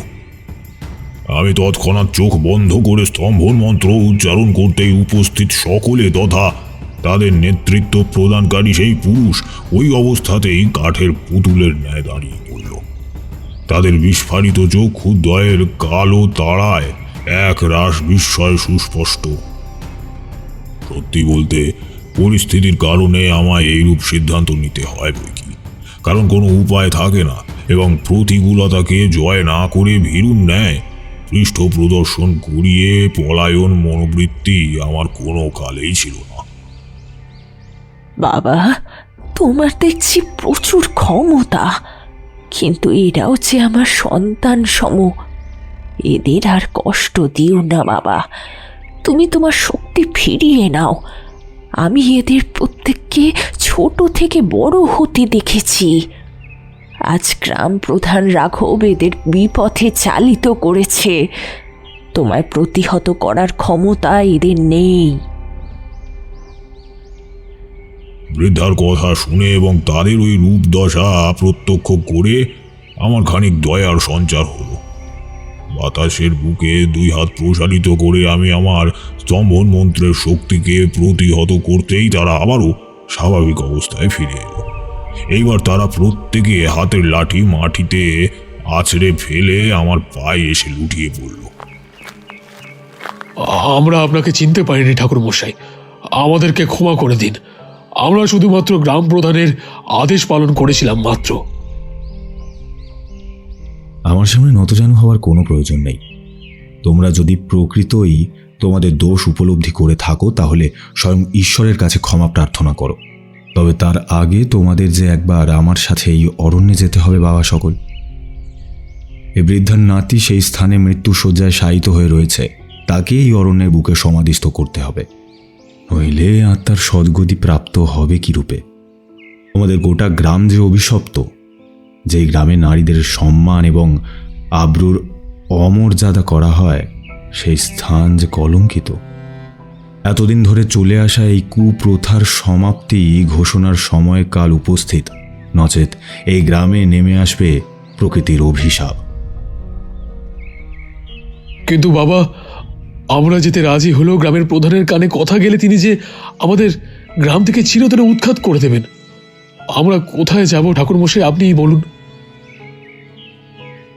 তোমরা যদি ন্যায়নিষ্ঠভাবে সত্যের সঙ্গ দাও তাহলে কথা দিলাম ওই দুরাচারীকে তাঁরই নির্মিত সাম্রাজ্য থেকে টেনে জনসমক্ষে নিয়ে আনব। এরপর সে তোমাদের বিচার নয়, বরং তোমরা তার বিচার করবে। আমার তোমাদের নিকট হতে অনেক কিছু জানার আছে। আমি চাই রাঘবের মতো নিষ্ঠুর দুরাচারী মানুষ যেন দ্রুত পদত্যাগ গ্রহণ করে এবং তার স্থানে তোমরা যোগ্য উত্তরসূরি নির্বাচন করো। তবে তার আগে ওই অরণ্যে গিয়ে ওই বৃদ্ধার নাতিকে অরণ্যের বক্ষে নিয়ম নিষ্ঠার সাথে সমাধি দেওয়ার ব্যবস্থা সম্পন্ন করতে হবে। সবুজ বনানীর মাঝে প্রবেশ করতে আবারও কানে ভেসে এলো পাখিদের কলতান। বৃক্ষরাশির আন্দোলিত পত্রবাহার দেহ মনকে শীতল করে দিল যেন। আমি বৃদ্ধা এবং রাঘবের সেই লেঠে এলের দল আমার নির্দেশ অনুসারে সেই গাছের নিচে মাটি খুঁড়ে 12 বছরের কিশোরকে শুইয়ে দিল। অদ্ভুতভাবে দেখতে পেলাম তাদের প্রত্যেকের চোখের কোণে যেন ক্ষীণ জলের রেখা। বুঝতে পারলাম চিত্তোদয় হয়েছে। চিত্ত যখন কলুষ মুক্ত হয় তখন আত্মার শুদ্ধিকরণ ঘটে। কার্য সমাপন করে যখন আমরা অরণ্যের বাইরে এলাম তখন সূর্যাস্তের লাল রঙিন আবির মেখে এই গোটা গ্রাম তথা এই সুবিশাল অরণ্য যেন রক্তিম শুভেচ্ছা জানাচ্ছে এক নবজাগরণ। ঠাকুরমশাই, আমি অমল। এই গ্রামে ছোট থেকে বড় হয়েছি, আর খুড়িমায়ের সাথে যেরূপ ব্যবহার করেছি তাতে সত্যি আমি লজ্জিত এবং আপনাদের উভয়ের নিকট ক্ষমা প্রার্থী। খুড়িমার নিকট থেকে আপনি যতটুকু শ্রবণ করেছেন সেটি অনুমান করতে পারছি, তবে যেটা আপনি বা গ্রামের আর কেউ জানেন না, আজ সেসব আপনাকে বলবো ঠাকুরমশাই। অরণ্যের বাহিরে গ্রামের পূর্ব প্রান্তে একটি অতি প্রাচীন বট গাছের তলায় আমি এবং সেই বৃদ্ধা বসলাম। লেঠেল সর্দার এবং তার সঙ্গী সাথীরা গিয়ে বসলো তার ঠিক নিচে শুকনো ঘাসের উপর। ঠাকুরমশাই, ছোট থেকে বড় হয়ে ওঠা আমাদের এই গ্রামে। বর্তমান গ্রাম প্রধানের বাবা ছিলেন ন্যায়পরায়ণ এবং ধার্মিক প্রকৃতির মানুষ। তার বদান্যতায় এই গ্রামে পাঠশালা, আরোগ্য কেন্দ্র সমস্ত কিছু গঠিত হয়েছিল বটে, কিন্তু তার অকাল প্রয়াণে সেই সব আজ অতীত। আজ সেসব পাপের হাতুড় ঘর। আজ পর্যন্ত যেই সকল পুরুষের অপমৃত্যু ঘটেছে তার কারণ কি জানেন? তার কারণ রাঘব এবং গায়ের পুরোহিত মশাইয়ের চক্রান্ত। রাঘবের যেই নারীর প্রতি আসক্তি জাগত তাকে প্রথমে প্রলোভন দেখানো হতো, না মানলে ভয় দেখানো হতো, কিন্তু আমাদের গায়ের নারীরা যে সতী সাধ্যী, তাদের বস্ত্র উন্মোচন করে পরপুরুষের সান্নিধ্য লাভ করে এমন চিন্তা যে তারা স্বপ্নেও কল্পনা করতে পারে না। আর তাই থামলে কেন অমল? মিথ্যাচার সর্বদা রাজকীয় পোশাক পরিহিত অবস্থায় ন্যায়দণ্ডের অন্তরালে আধার পোষণ করে থাকে।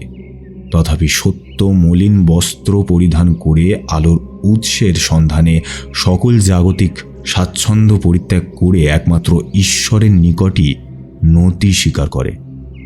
তুমি বৃথা ভীত হয়ে অন্যায়কে প্রশ্রয় দিচ্ছ। তাই সত্যের খোলস উন্মোচন করে আমায় আলোর পথ দেখাও। তাই গায়ে পুরোহিত এবং রাঘব মিলে এক গভীর রাতে চক্রান্ত শুরু করে। পুরোহিত স্বয়ং ভৈরবীর সাধক এবং তন্ত্রগুণে তিনি অপরাজেয়। আমার প্রয়াত পিতা ছিলেন একজন তন্ত্র সাধক, তবে পুরোহিতের মতো নিম্ন মার্গের সাধক তিনি ছিলেন না। তিনি উচ্চ মার্গের উচ্চ কোটির সাধক ছিলেন এবং পূর্ব গ্রাম প্রধানের সাথে বহু জনকল্যাণমূলক কর্ম তিনি করেছিলেন। আমি তারই অভাগা পুত্র। বাবার অনেক সাধ্য সাধনা সত্ত্বেও আমি এই পথে পা বাড়াইনি, তাই তন্ত্র সম্বন্ধে সামান্য জ্ঞান আমার রয়েছে। পুরোহিত মশাই গ্রাম প্রধানের নির্দেশে সেই সকল পুরুষদের উপর মারণ ক্রিয়া সম্পন্ন করতেন যাদের স্ত্রী রাঘবের মনোপুত হতো এবং মনে মনে তার শরীর কামনা করতেন। এর ফলে সেসব ব্যক্তির কোনো না কোনোভাবে অকাল মৃত্যু ঘটত। পরপর কয়েকটি দুর্ঘটনার পর পুরোহিত মশাই বিধান দিলেন, হিন্দু শাস্ত্র মতে সধবা স্ত্রীর স্বামী প্রয়াণ ঘটলে তাকে যেরূপে একই চিতায় শোয়ানো হতো, পরে ইংরেজ বাহাদুর এবং রাজা রামমোহন রায়ের তত্ত্বাবধানে আইন বন্ধ করে দেওয়া হয়েছিল, তারই অনুকরণে ওই অরণ্যে সেই সকল হতভাগ্য স্ত্রীদের চিরকালের জন্য নির্বাসনে পাঠানোর দণ্ড ঘোষণা করা হলো। আমি এবং আমার কিছু হিতাকাঙ্ক্ষী বন্ধু এই বিষয়ে ভেতরে ফিরতে ক্ষুব্ধ হলেও মুখে কোনো প্রতিবাদ জানালাম না। পারিনি, কারণ ইতিপূর্বে যারাই প্রতিবাদ জানিয়েছিল তাদের জীবন্ত অবস্থায় অগ্নিদগ্ধ করা হয়েছে এই গ্রামের মাটিতেই। ভয়ে শঙ্কায় আমরা কিছু বলতে পারিনি, ফলে উত্তরোত্তর রাঘবের অত্যাচার বৃদ্ধি পেতে থেকেছে। ধীরে ধীরে কিছু মহিলা তার সমস্ত শর্ত মেনে নিয়ে পরবর্তীকালে তার বিনোদনে অংশ নিতে বাধ্য হয়েছে। যাদের নির্বাসনে পাঠানো হতো তারা দীর্ঘকাল অনাহারে অভুক্ত থেকে ওই অরণ্যের আত্মহননের পথ বেছে নিয়েছিল। আমরা তাদের লাশ গাছের ডাল থেকে ঝুলতে দেখেছি। তাদের বংশধরেরা একের পর এক কোনো অজানা ডাকে সাড়া দিয়ে সেই একই পদ্ধতিতে আত্মহত্যা করে। গ্রামে একের পর এক গৃহ থেকে শোনা যায় বুক ফাটা আর্তনাদ। স্বজন হারানোর তীব্র যাতনা নিয়ে এই গ্রাম এখন অভিশপ্ত। ঠাকুর মশাই, আপনি পারেন আমাদের এই সাপ থেকে মুক্ত করতে। রাঘবের কথা শুনে আমি খানিক চিন্তিত হলাম। একদিকে ভৈরবীর সাধকের অসীম ক্ষমতায় বলিয়ান এক পাপিষ্ঠ পুরোহিত, অন্যদিকে অরণ্যের বিভীষিকা স্বয়ং অরণ্যের দেবী। আমি সাধনা দ্বারা যেই শক্তি লাভ করেছি তার দ্বারা পুরোটা না বুঝতে পারলেও এতটুকু বুঝেছি যে অরণ্যের দেবী স্বয়ং রুষ্ট হয়েছে। নারীদের এই রূপ অকাল মৃত্যু এবং আত্মহননের পথ বেছে নেওয়াতে তার কোপ এসে পড়েছে। পথ আমায় একটা বের করতেই হবে। জন্মবিধি আমার এই ব্রত যে আমার জীবন অবসান হওয়ার আগে অবধি আমি মানুষের সেবা করে যাব, মানুষের পাশে থাকব, কারণ মানুষকে ভালোবাসার চেয়ে বড় তন্ত্র হয় না। আমি তারানাথ মহাতান্ত্রিক স্বয়ং মহামায়ার নামে শপথ করে বলছি, এই অন্যায়ের প্রতিকার আমি করেই ছাড়ব।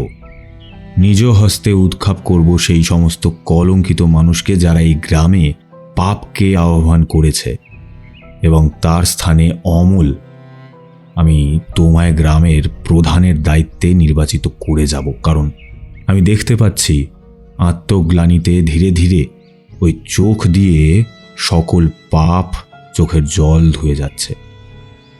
আমি জানি তুমি পরিস্থিতির শিকার, কিন্তু কথা দিতে হবে তোমরা আমার পাশে থাকবে এবং প্রয়োজনে আমি তোমাদের সাহায্য পাব। কথা দাও অমল, কথা দাও আমায়। আমরা সকলে মিলিতভাবে এর প্রতিকারের চেষ্টা করব। আমরা আপনার পাশে আছি ঠাকুর মশাই। আপনি আমাদের পথ প্রদর্শক। আপনার পথ অনুসরণ করে আমরা এই গ্রামে শান্তি ফিরিয়ে আনব। এখন আমাদের কি কর্তব্য ঠাকুরমশাই? আমাদের আজ্ঞা করুন। তাদের এই রূপ মুখশ্রিত আজ্ঞাবহ রূপ প্রত্যক্ষ করে বড়ই নিশ্চিন্ত হলাম। এও যেন ইতিহাসের রূপান্তরণ। যেই ভয়ে তোমরা ভীত সন্ত্রস্ত, সেই দুই কীটকে আমি স্বচক্ষে প্রত্যক্ষ করতে চাই। তাদের সহিত সাক্ষাৎকার একান্ত প্রয়োজনীয়। এইবার তোমাদের ছলনার আশ্রয় নিতে হবে। তোমরা আমায় বন্দি করবে এবং আমায় গ্রাম প্রধানের নিকট উপস্থিত করবে। বলবে, অরণ্য তথা গ্রামের বহিরাগতদের নিষেধাজ্ঞা সত্ত্বেও আমি এই নিয়ম লঙ্ঘন করেছি। যদিও পূর্বে আমি এই বিষয়ে জ্ঞাত ছিলাম না। যাই হোক, আর হ্যাঁ, তোমাদের খুঁড়িমাকে সযত্নে তার গৃহে রেখে এসো এবং তিনি যে তার নাতিকে বাঁচাতে এই গ্রামের সীমা অতিক্রম করেও অরণ্যে গিয়েছিলেন সেই বিষয়ে যেন ঘুণাক্ষরেও টের না পায়। আমার পরিকল্পনা অনুযায়ী কার্য সম্পন্ন হলে আমিও আমার কথা রাখবো, কারণ ন্যায়ের স্বার্থে ছলনার আশ্রয় স্বয়ং ঈশ্বর অবতার রূপে নিয়েছিলেন। আমিও তো নিতান্তই তারই পথের অনুসরণ করছি মাত্র। কিন্তু ঠাকুরমশাই, আপনাকে বন্দি করে নিয়ে যেতে যে আমার প্রাণ চাইছে না। আপনার অসম্মান যে আমরা কিছুতেই করতে পারবো না। মহাভারতের যুদ্ধে ধর্ম রক্ষার্থে স্বয়ং শ্রীকৃষ্ণকেও যে ছলনার আশ্রয় নিতে হয়েছিল। তাছাড়া আমরা প্রকৃত সত্য জানি, তাই এতে কোনো পাপ লাগবে না। আমার কথা শুনে এসে খানিক নিশ্চিন্ত হলো। এবার গ্রামের পথ দিয়ে সকলের সামনে যে নাটকীয় দৃশ্য অবতারণা হলো, তা তোমাদের বায়োস্কোপকেও হার মানায়, বুঝলে তোমরা? আমার হাত পিছমোড়া করে বাঁধা, সামনে এবং পিছনে সশস্ত্র লাঠিয়ালের দল এক প্রকার জোর করে নিয়ে চলল গ্রাম প্রধানের ঘরের দিকে। তার আগে অবশ্য সেই বৃদ্ধাকে গোপনে তার গৃহে পাঠিয়ে দেওয়া হয়েছিল, যাতে তার উপর কারোর কোনো সন্দেহ না যায়। আমার এইরূপ পরিকল্পনার কারণ নিশ্চয়ই তোমরা বুঝতে পারছো আশা করি। এর ফলে রাঘব এবং তার দল যে আমার পক্ষপাতিত্ব করছে, সেই বিষয়ে রাঘব এবং তার অলিখিত কুচক্রী মন্ত্রী সেই পুরোহিত টের পাবে না। ফলে আমি সহজেই আমার কার্য উদ্ধার করতে পারবো। তার সাথে রাঘব তাদের বিষ নজরেও পড়বে না। গ্রামের মেঠো পথে ধুলো উড়িয়ে আমায় যখন পেছন থেকে লাঠির খোঁচা মেরে নিয়ে যাওয়া হচ্ছে, দেখতে পেলাম এক এক করে প্রতিটি গৃহ থেকে মানুষেরা বাইরে বেরিয়ে আসছে। তাদের কৌতূহলী চোখ যে আমার পরিচয় জানতে ইচ্ছুক, সেটা বেশ বুঝতে পারলাম। এবং তারই সাথে একজন বহিরাগতকে এইভাবে যুদ্ধবন্দির মতো নিয়ে যাওয়ার কারণ জানতেও তারা ইচ্ছুক। কিন্তু রাঘবের ত্রাসের সম্মুখে কথা বলা মানে যে রাঘবের রোষ আর নলে পড়া, সেই বিষয়ে তারা বিলক্ষণ জানে। খানিক বাদে একটি মাটির দ্বিতল বাড়ির সম্মুখে এসে হাজির হলাম। আমার পরিকল্পনা মাফিক তারা আমায় হাজির করলো গ্রাম প্রধানের সম্মুখে। আরামকে দাঁড়ায় হেলান দিয়ে মুখে গড়গড়া টানতে টানতে রক্তচক্ষু মেলে যিনি আমায় দেখলেন, তাকে দেখে প্রকৃত অর্থেই মনে হলো এই ব্যক্তি রাঘব না হয়ে যায় না। তার মাথার চুল পরিপাটি করে আঁচড়ানো, গলায় ঝুলছে স্বর্ণ খচিত অলংকার, কর্ণে শোভা পাচ্ছে বালি, পরনে সাদা ধুতি এবং পাঞ্জাবি। সত্যই তিনি এই গ্রামের অঘোষিত জমিদার বটে। গ্রাম প্রধানের এমন রূপ আমি পূর্বে প্রত্যক্ষ করিনি, তবে গ্রামের সহজ সরল মানুষদের লুণ্ঠন করে বলপূর্বক জমি বাড়ি জবরদখল করে আজ তিনি এই পাপের সাম্রাজ্য গড়ে তুলেছেন। নেশায় আরক্ত দুটি চোখ দিয়ে আমায় পর্যবেক্ষণ করলেন। এ কাকে ধরে এনেছো? এর অপরাধ কি? এই ব্যক্তি বহিরাগত, কাল রাত্রেই অরণ্যে আশ্রয় গ্রহণ করেছিল। আজ প্রভাতে গ্রামের সীমানা অতিক্রম করা মাত্রই তিনি আমাদের হাতে ধরা পড়েন এবং আপনার আদেশ মতো আমি তাকে আপনার সামনে উপস্থিত করি। এবার আপনি যা বিধান দেবেন। অমলের কথা শুনে রাঘব এবার একটু নড়ে চড়ে বসল, হাতের গড়গড়া পাশে রেখে আমার দিকে চেয়ে রইল। ওয়ে, তোমার পরিচয় কি? এই গ্রামে কি হেতু আগমন? জানো না এই গ্রামে বিনা অনুমতিতে বহিরাগতের প্রবেশ নিষেধ?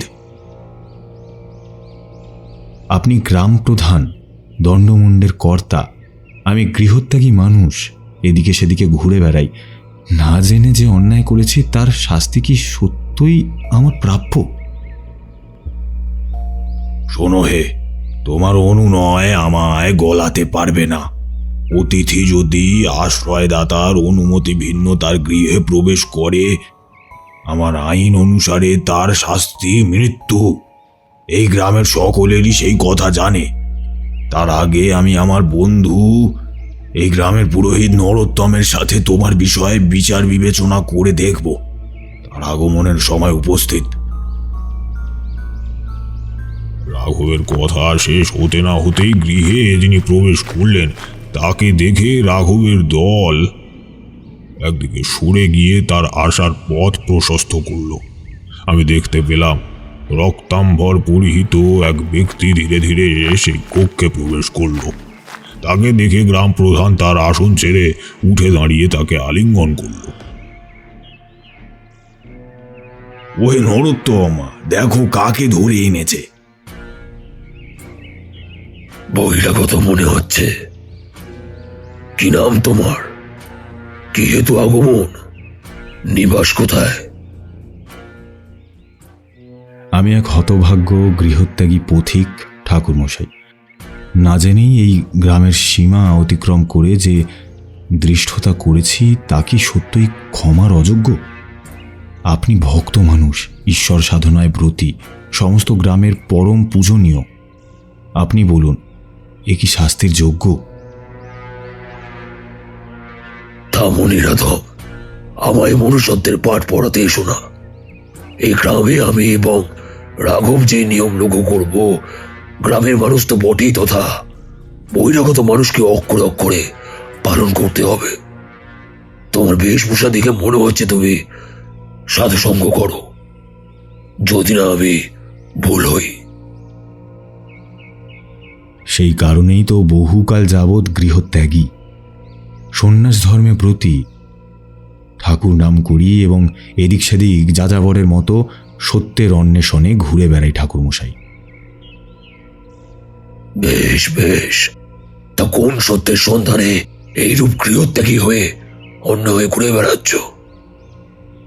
কাল ওই অভিশপ্ত অরণ্যে রাত্রি যাপন করেছ, কিছু কি প্রত্যক্ষ করনি? ঠাকুরমশাই, আমি স্বয়ং মহামায়ার সাধক। নানাবিধ পীঠস্থান পরিদর্শন করি এবং সময় পেলে সদ্গুরুর সন্ধান করতে থাকি।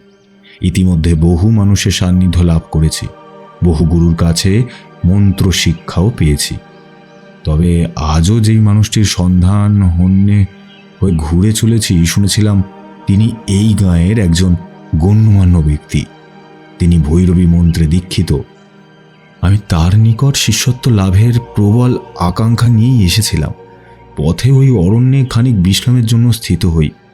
কাল রাতে আমি যা প্রত্যক্ষ করেছি সে ভাষায় বর্ণনা করা কঠিন।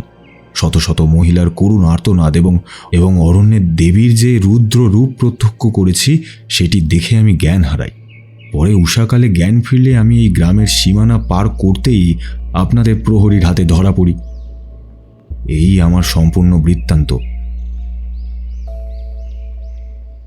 নরোত্তম কিছুক্ষণ আমার দিকে চেয়ে গ্রাম প্রধানের কানের সামনে মুখ এনে কি যেন ফিসফিস করলেন।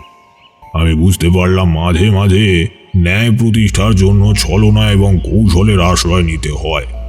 আমাদের পুরানো আমাদের সেই শিক্ষাই দিয়েছে। খানিকক্ষণ আলোচনার পরে গ্রাম প্রধান নির্দেশ দিল অতি সত্বর যেন আমায় মুক্ত করে নরোত্তম পণ্ডিতের গৃহে রেখে আসা হয়। বুঝতে পারলাম কাজ হয়েছে। এরপর সম্পূর্ণরূপে পরিস্থিতি আমার অনুকূলে চলে এলো। নরোত্তম পণ্ডিতের এক চালার বাড়িতে যখন এসে পৌঁছালাম তখন গ্রামে রাতের কালো নিকষ অন্ধকার গ্রাস করেছে। অরণ্যের মাঝ হতে ভেসে আসছে হিংস্র শিয়ালের সম্মিলিত রাগ। রাতের আহার গ্রহণ করার পর আমায় নরোত্তম পণ্ডিত ডাক দিলেন। আমি সেই ব্যক্তি যার সন্ধানে তুমি এতটা পথ অতিক্রম করেছ বৎস। তুমি আমার শিষ্যত্ব গ্রহণ করতে চাও এ আমার দৃঢ় বিশ্বাস, কিন্তু তার জন্য যে কঠিন পরিশ্রম এবং অধ্যবসায়ের প্রয়োজন সে তুমি নিশ্চয়ই জানো। বেশ বেশ, আজ রাত্রে নিদ্রার পর কাল আমি তোমায় আমার বীজ মন্ত্রে দীক্ষিত করব। এরপর শুরু হবে ভৈরবী সাধনা। তবে সাবধান, রাতে কোনো চেনা মানুষের গলা শুনে আবার বাইরে বেরিয়ে যেও না, যেন নইলে সমূহ বিপদ। শুনেছ নিশ্চয়ই, এই গ্রামে রাত নামলে ওই অরণ্য থেকে ভেসে আসে মৃত্যুর ডাক। আর ওই অরণ্যে এক রাত কাটিয়ে যখন তুমি সশরীরে ফিরে এলে, তখনই বুঝেছিলাম তুমি কোনো সাধারণ মানুষ নও। তোমার মধ্যে রয়েছে অসীম ক্ষমতা। তোমার আর আমার তন্ত্র শক্তি একত্রিত হলে আমরা মহাজাগতিক শক্তি দ্বারা এই গোটা বিশ্বকে রাজ করতে পারবো। আপনার যা ইচ্ছে, কর্তার ইচ্ছেতেই তো কর্ম। আমি নিতান্তই তুচ্ছ সাধক, আপনার সান্নিধ্য পেয়ে নিজেকে ধন্য মনে করছি। নরোত্তম পণ্ডিত কক্ষ থেকে বিদায় নিতেই আমি খড়ের গাদায় তোষক পেতে নিজের শয্যা প্রস্তুত করলাম। মহামায়ার নাম জপ করে দেহ বন্ধনী দিয়ে ঘুমাতে যাব এমন সময় জানালার পাশ থেকে একটা চেনা গলার আওয়াজ শুনে আমি চমকে উঠলাম। মনে হলো এ যে আমার জন্মদাত্রী মায়ের গলা। তারানাথ, বাবা আমার, আর কতকাল গৃহত্যাগী হয়ে থাকবি বাবা? আয়, মায়ের কোলে ফিরে আয়। আমি যে ভয়ানক অসুস্থ, তোকে শেষবার দেখতে বড় মন চাইছে বাবা। তাই তো দেখ, আমি সেই কোথা থেকে তোর সন্ধানে হন্যে হয়ে ঘুরতে ঘুরতে অবশেষে জানতে পারলাম তুই এই গ্রামেই আছিস। দ্বারটা খুলে দে বাবা, তোর মা যে বড় কষ্ট পাচ্ছে। সত্যি বলতে মায়ের ডাক শুনে মনটা বড় চঞ্চল হয়ে উঠল। মনে পড়ল সেই শেষ কবে মাকে দেখেছিলাম, আজ সঠিকভাবে মনে পড়ছে না। ধীরে ধীরে দ্বার উন্মুক্ত করে আমি বাহিরে বেরোলাম। নিকষ কালো আঁধারে দূর থেকে লক্ষ্য করলাম একটি আবছা নারীর শরীর ধীরে ধীরে শূন্য পথে বাতাসে ভাসতে ভাসতে এগিয়ে চলেছে গভীর অরণ্যের দিকে। তার পরনে লাল শাড়ি, উন্মুক্ত কেশ হিলহিলে সাপের মতো বাতাসে ভেসে বেড়াচ্ছে। নাকে ভেসে আসছে মিষ্টি ঘ্রাণ। আমি স্বতন্ত্র দৃষ্টি মেলে ধীরে ধীরে এগিয়ে চলেছি তার পথ অনুসরণ করে। তবে তার আহ্বান যে আমায় বশীভূত করেছিল সেটি কিন্তু নয়, বরং আমার কৌতূহলী মন ঘটনার আকস্মিকতায় বিহ্বল হয়ে গিয়েছিল এবং তার উৎস অনুসন্ধানে আমি ধীর পায়ে এগিয়ে চললাম অরণ্যের গভীরে। তন্ত্রচর্চার পূর্ব মুহূর্তগুলোতে সব সাধনা কালে এমন বহু বিভ্রম সৃষ্টি হতে দেখেছি ইতিপূর্বে। মাতু পাগলির কাছ থেকে শিক্ষা লাভের সময় এমন এক যক্ষিণীর দ্বারা আমি বিভ্রান্তের শিকার হয়েছিলাম। সেই কাহিনী তোমাদের পূর্বেই বলেছি, তবে সেই দিনের ঘটনা সত্যই বৈচিত্র্যপূর্ণ ছিল। চলার পথে যদি পেছনে তাকাতাম দেখতে পেতাম আমায় অনুসরণ করতে করতে আরও একদল লোক এগিয়ে চলেছে। তাদের হাতে ধরা রয়েছে উদ্যত লাঠি। তাদের দুই চোখ হতে ঠিকরে বেরোচ্ছে প্রবল জিজ্ঞাসা। অরণ্যে প্রবেশ করতেই দেখতে পেলাম এইবার সেই নারী আমার দিকে খানিক চেয়ে রইল। অন্ধকারে মুখটা ঠিকভাবে ঠাহর করতে পারছিলাম না। শুধু লাল রক্তবর্ণ চোখ দুটি দেখে মনে হলো এই চোখ আমি আগেও দেখেছি। তার দিকে চেয়ে বললাম, কে তুমি? তোমার আসল পরিচয় দাও, নইলে এই মুহূর্তে আমি তোমায় ধ্বংস করে ফেলব। তাই তাই নাকি তারানাথ? তুই কি ভেবেছিলিস আমারই গ্রামে এসে আমায় শেষ করবি? আমার এতদিনের খেলা, এত বছর ধরে তিল তিল করে গড়ে তোলা অন্ধকারের রাজত্বকে ধ্বংস করে ফেলবি? এবার আর চিনতে দেরি হলো না।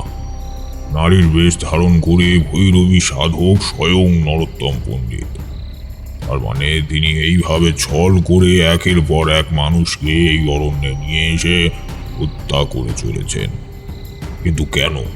মুখ থেকে কথাটা বেরোতেই যাবে এমন সময় গলার কাছটায় একটা তীব্র চাপ অনুভব হলো। গাছের ডাল থেকে একটা দড়ি সাপের মতো পেঁচিয়ে গলায় বসে যাচ্ছে। আমি ধীরে ধীরে পাক খেতে খেতে শূন্যে উঠছি। চোখ দুটো ধীরে ধীরে বুঝে আসছে। কানে শুনতে পেলাম নরোত্তম পণ্ডিত কাকে যেন ডাকছেন। হে অরণ্যের দেবী, তোমার পায়ে আবারও এক বলি প্রদান করলাম। এ বড়ই পবিত্র আত্মার অধিকারী। ইতিপূর্বে যাদের বলি নিয়ে তাদের প্রাণ শক্তির দ্বারা আমি আমার তন্ত্রের ক্ষমতা বৃদ্ধি করেছি, আজ এই তারানাথের সমস্ত শক্তি আমার মধ্যে ধারণ করে এই গোটা পৃথিবী তথা এই প্রকৃতিকে আমার করায়ত্ত করতে চাই। তাই এই বলি গ্রহণ করো মা, এই বলি তুমি গ্রহণ করো। ধীরে ধীরে আমার চোখ বুজে আসছিল। বুঝতে পারছিলাম এই অরণ্যের প্রতিটি বৃক্ষ, প্রতিটি পশু তার আজ্ঞাবহ। অরণ্যের যেই ধ্বংসাত্মক রূপ আমি দেখেছি সেটি অরণ্যের দেবীর তান্ত্রিক রূপ, যাকে এই পাপিষ্ঠ নরবলি দিয়ে নিজের শক্তি বৃদ্ধি করে। সেই সকল হতভাগ্য নারী পুরুষ এবং তাদের বংশধরদের এই কৌশলে এই অরণ্যে ডেকে এনে নিষ্ঠুরভাবে হত্যা করেছে। আমি মনে মনে মহামায়ার বীজ মন্ত্র জপ করতে লাগলাম। আমার চোখ দুটো ঠিকরে বাইরে বেরিয়ে আসছে, দম বন্ধ হয়ে আসছে। আমি মরি তাতে কোনো দুঃখ নেই, কিন্তু এই সকল হতভাগ্য মানুষগুলোর ভবিষ্যৎ ভেবে খুবই কষ্ট হলো। মৃত্যু মুখে পতিত হতে হতে কানে একটা আওয়াজ ভেসে এলো। বনের মধ্যে দেখা দিল একটা সাদা আলোক ছটা। তীব্র সেই আলোয় বেশিক্ষণ তাকানো যায় না। তারানাথ, আমি এসেছি তারানাথ। তোর কোনো ক্ষতি আমি হতে দেব না। তবে আমারই সৃষ্ট এই প্রকৃতির সাথে লড়াই করে সৃষ্টির বিনাশ আমি করতে পারবো না। তাই আমি তোকে খানিক সময়ের জন্য মুক্ত করছি ওই শরীর থেকে। এইবার তুই সূক্ষ্ম রূপ ধারণ করে ওই শরীর থেকে বেরিয়ে কৌশল একে হত্যা করবি। নরোত্তম আমারই আর এক রূপ ভৈরবীর সাধক। আমি মা হয়ে সন্তানকে হত্যা করতে পারি না, তাই এই লড়াই তোকে একাই লড়তে হবে। আমার মুখ দিয়ে কোনো কথা বেরোচ্ছিল না বটে, তবে দুই চোখ বিস্ফারিত হয়ে দেখলাম ধীরে ধীরে মা অন্তর্ধান হচ্ছেন এবং সাথে সাথেই শরীরটা বেশ হালকা বোধ হলো। ধপ করে শরীরটা মাটিতে পড়তেই দেখতে পেলাম আমি ঠিক আমার জৈবিক শরীরের সম্মুখে দাঁড়িয়ে রয়েছি। নরোত্তম আমায় মৃত ভেবে অরণ্য কাঁপিয়ে হা হা করে হেসে উঠল। বাতাসে দুই হাত প্রসারিত করে সে অরণ্যের দেবীর উদ্দেশ্যে বলে উঠল,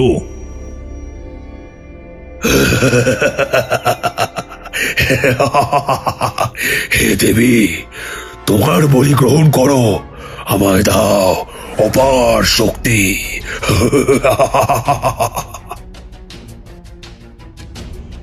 তার কথা সমাপ্ত হতেই দেখলাম বনের ভিতর থেকে ভেসে এলো শত শত নারীর আর্তনাদ।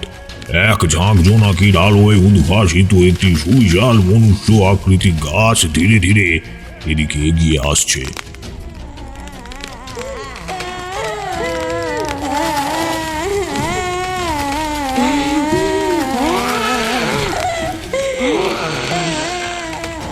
আমিও সূক্ষ্ম শরীরে স্তম্ভর মন্ত্র জপ করতেই ধীরে ধীরে সব শান্ত হয়ে এলো।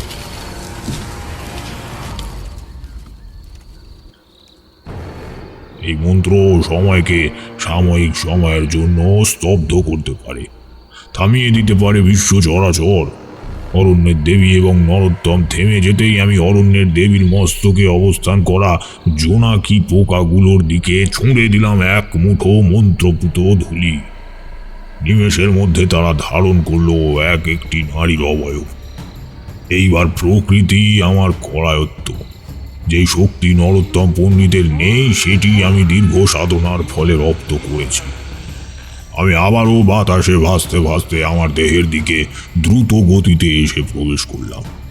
এরপর আমি উঠে দাঁড়িয়ে অরণ্যের দেবীর কাছে গিয়ে তার শ্রীচরণে আমার বুড়ো আঙুল একটি গাছের ধারালো ডালের অংশ দিয়ে কেটে 2 ফোঁটা রক্ত দিলাম।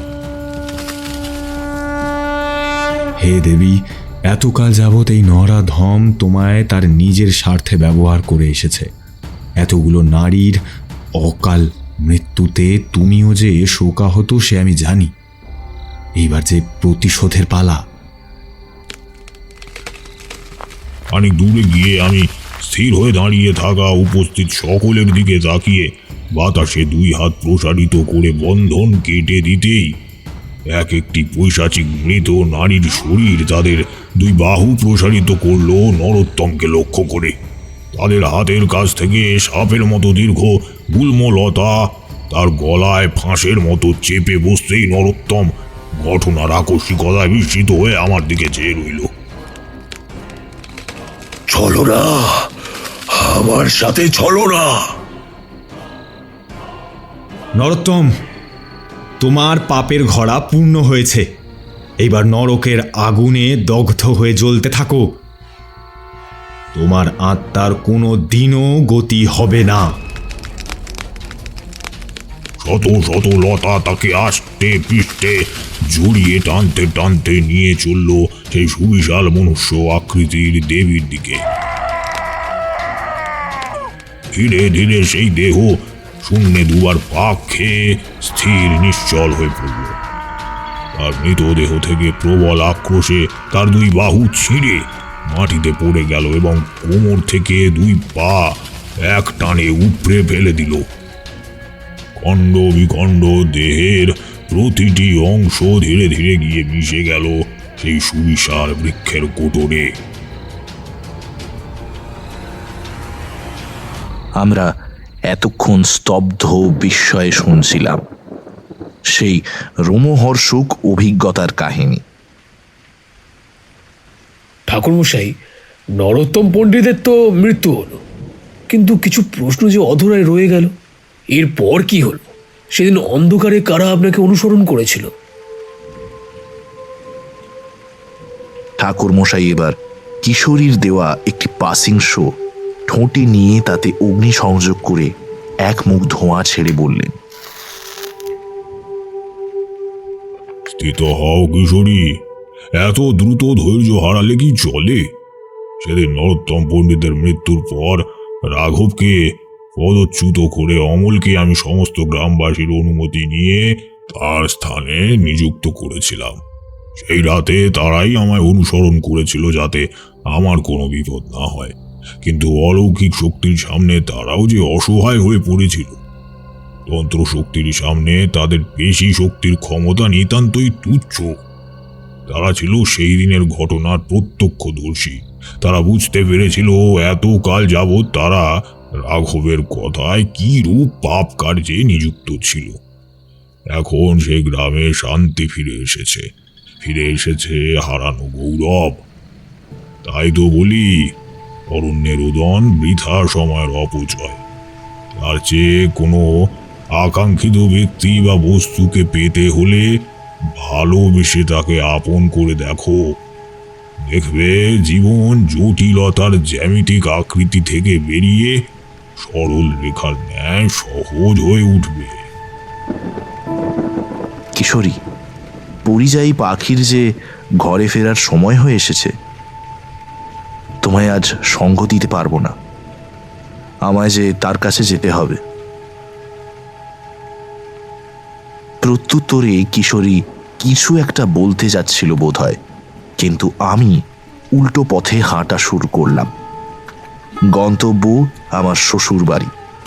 অরণ্যে রোদন যে বৃথা সময়ের অপচয়, তার চেয়ে স্ত্রীকে একটু ভালোবেসে দেখি না তাকে আপন করতে পারি কিনা।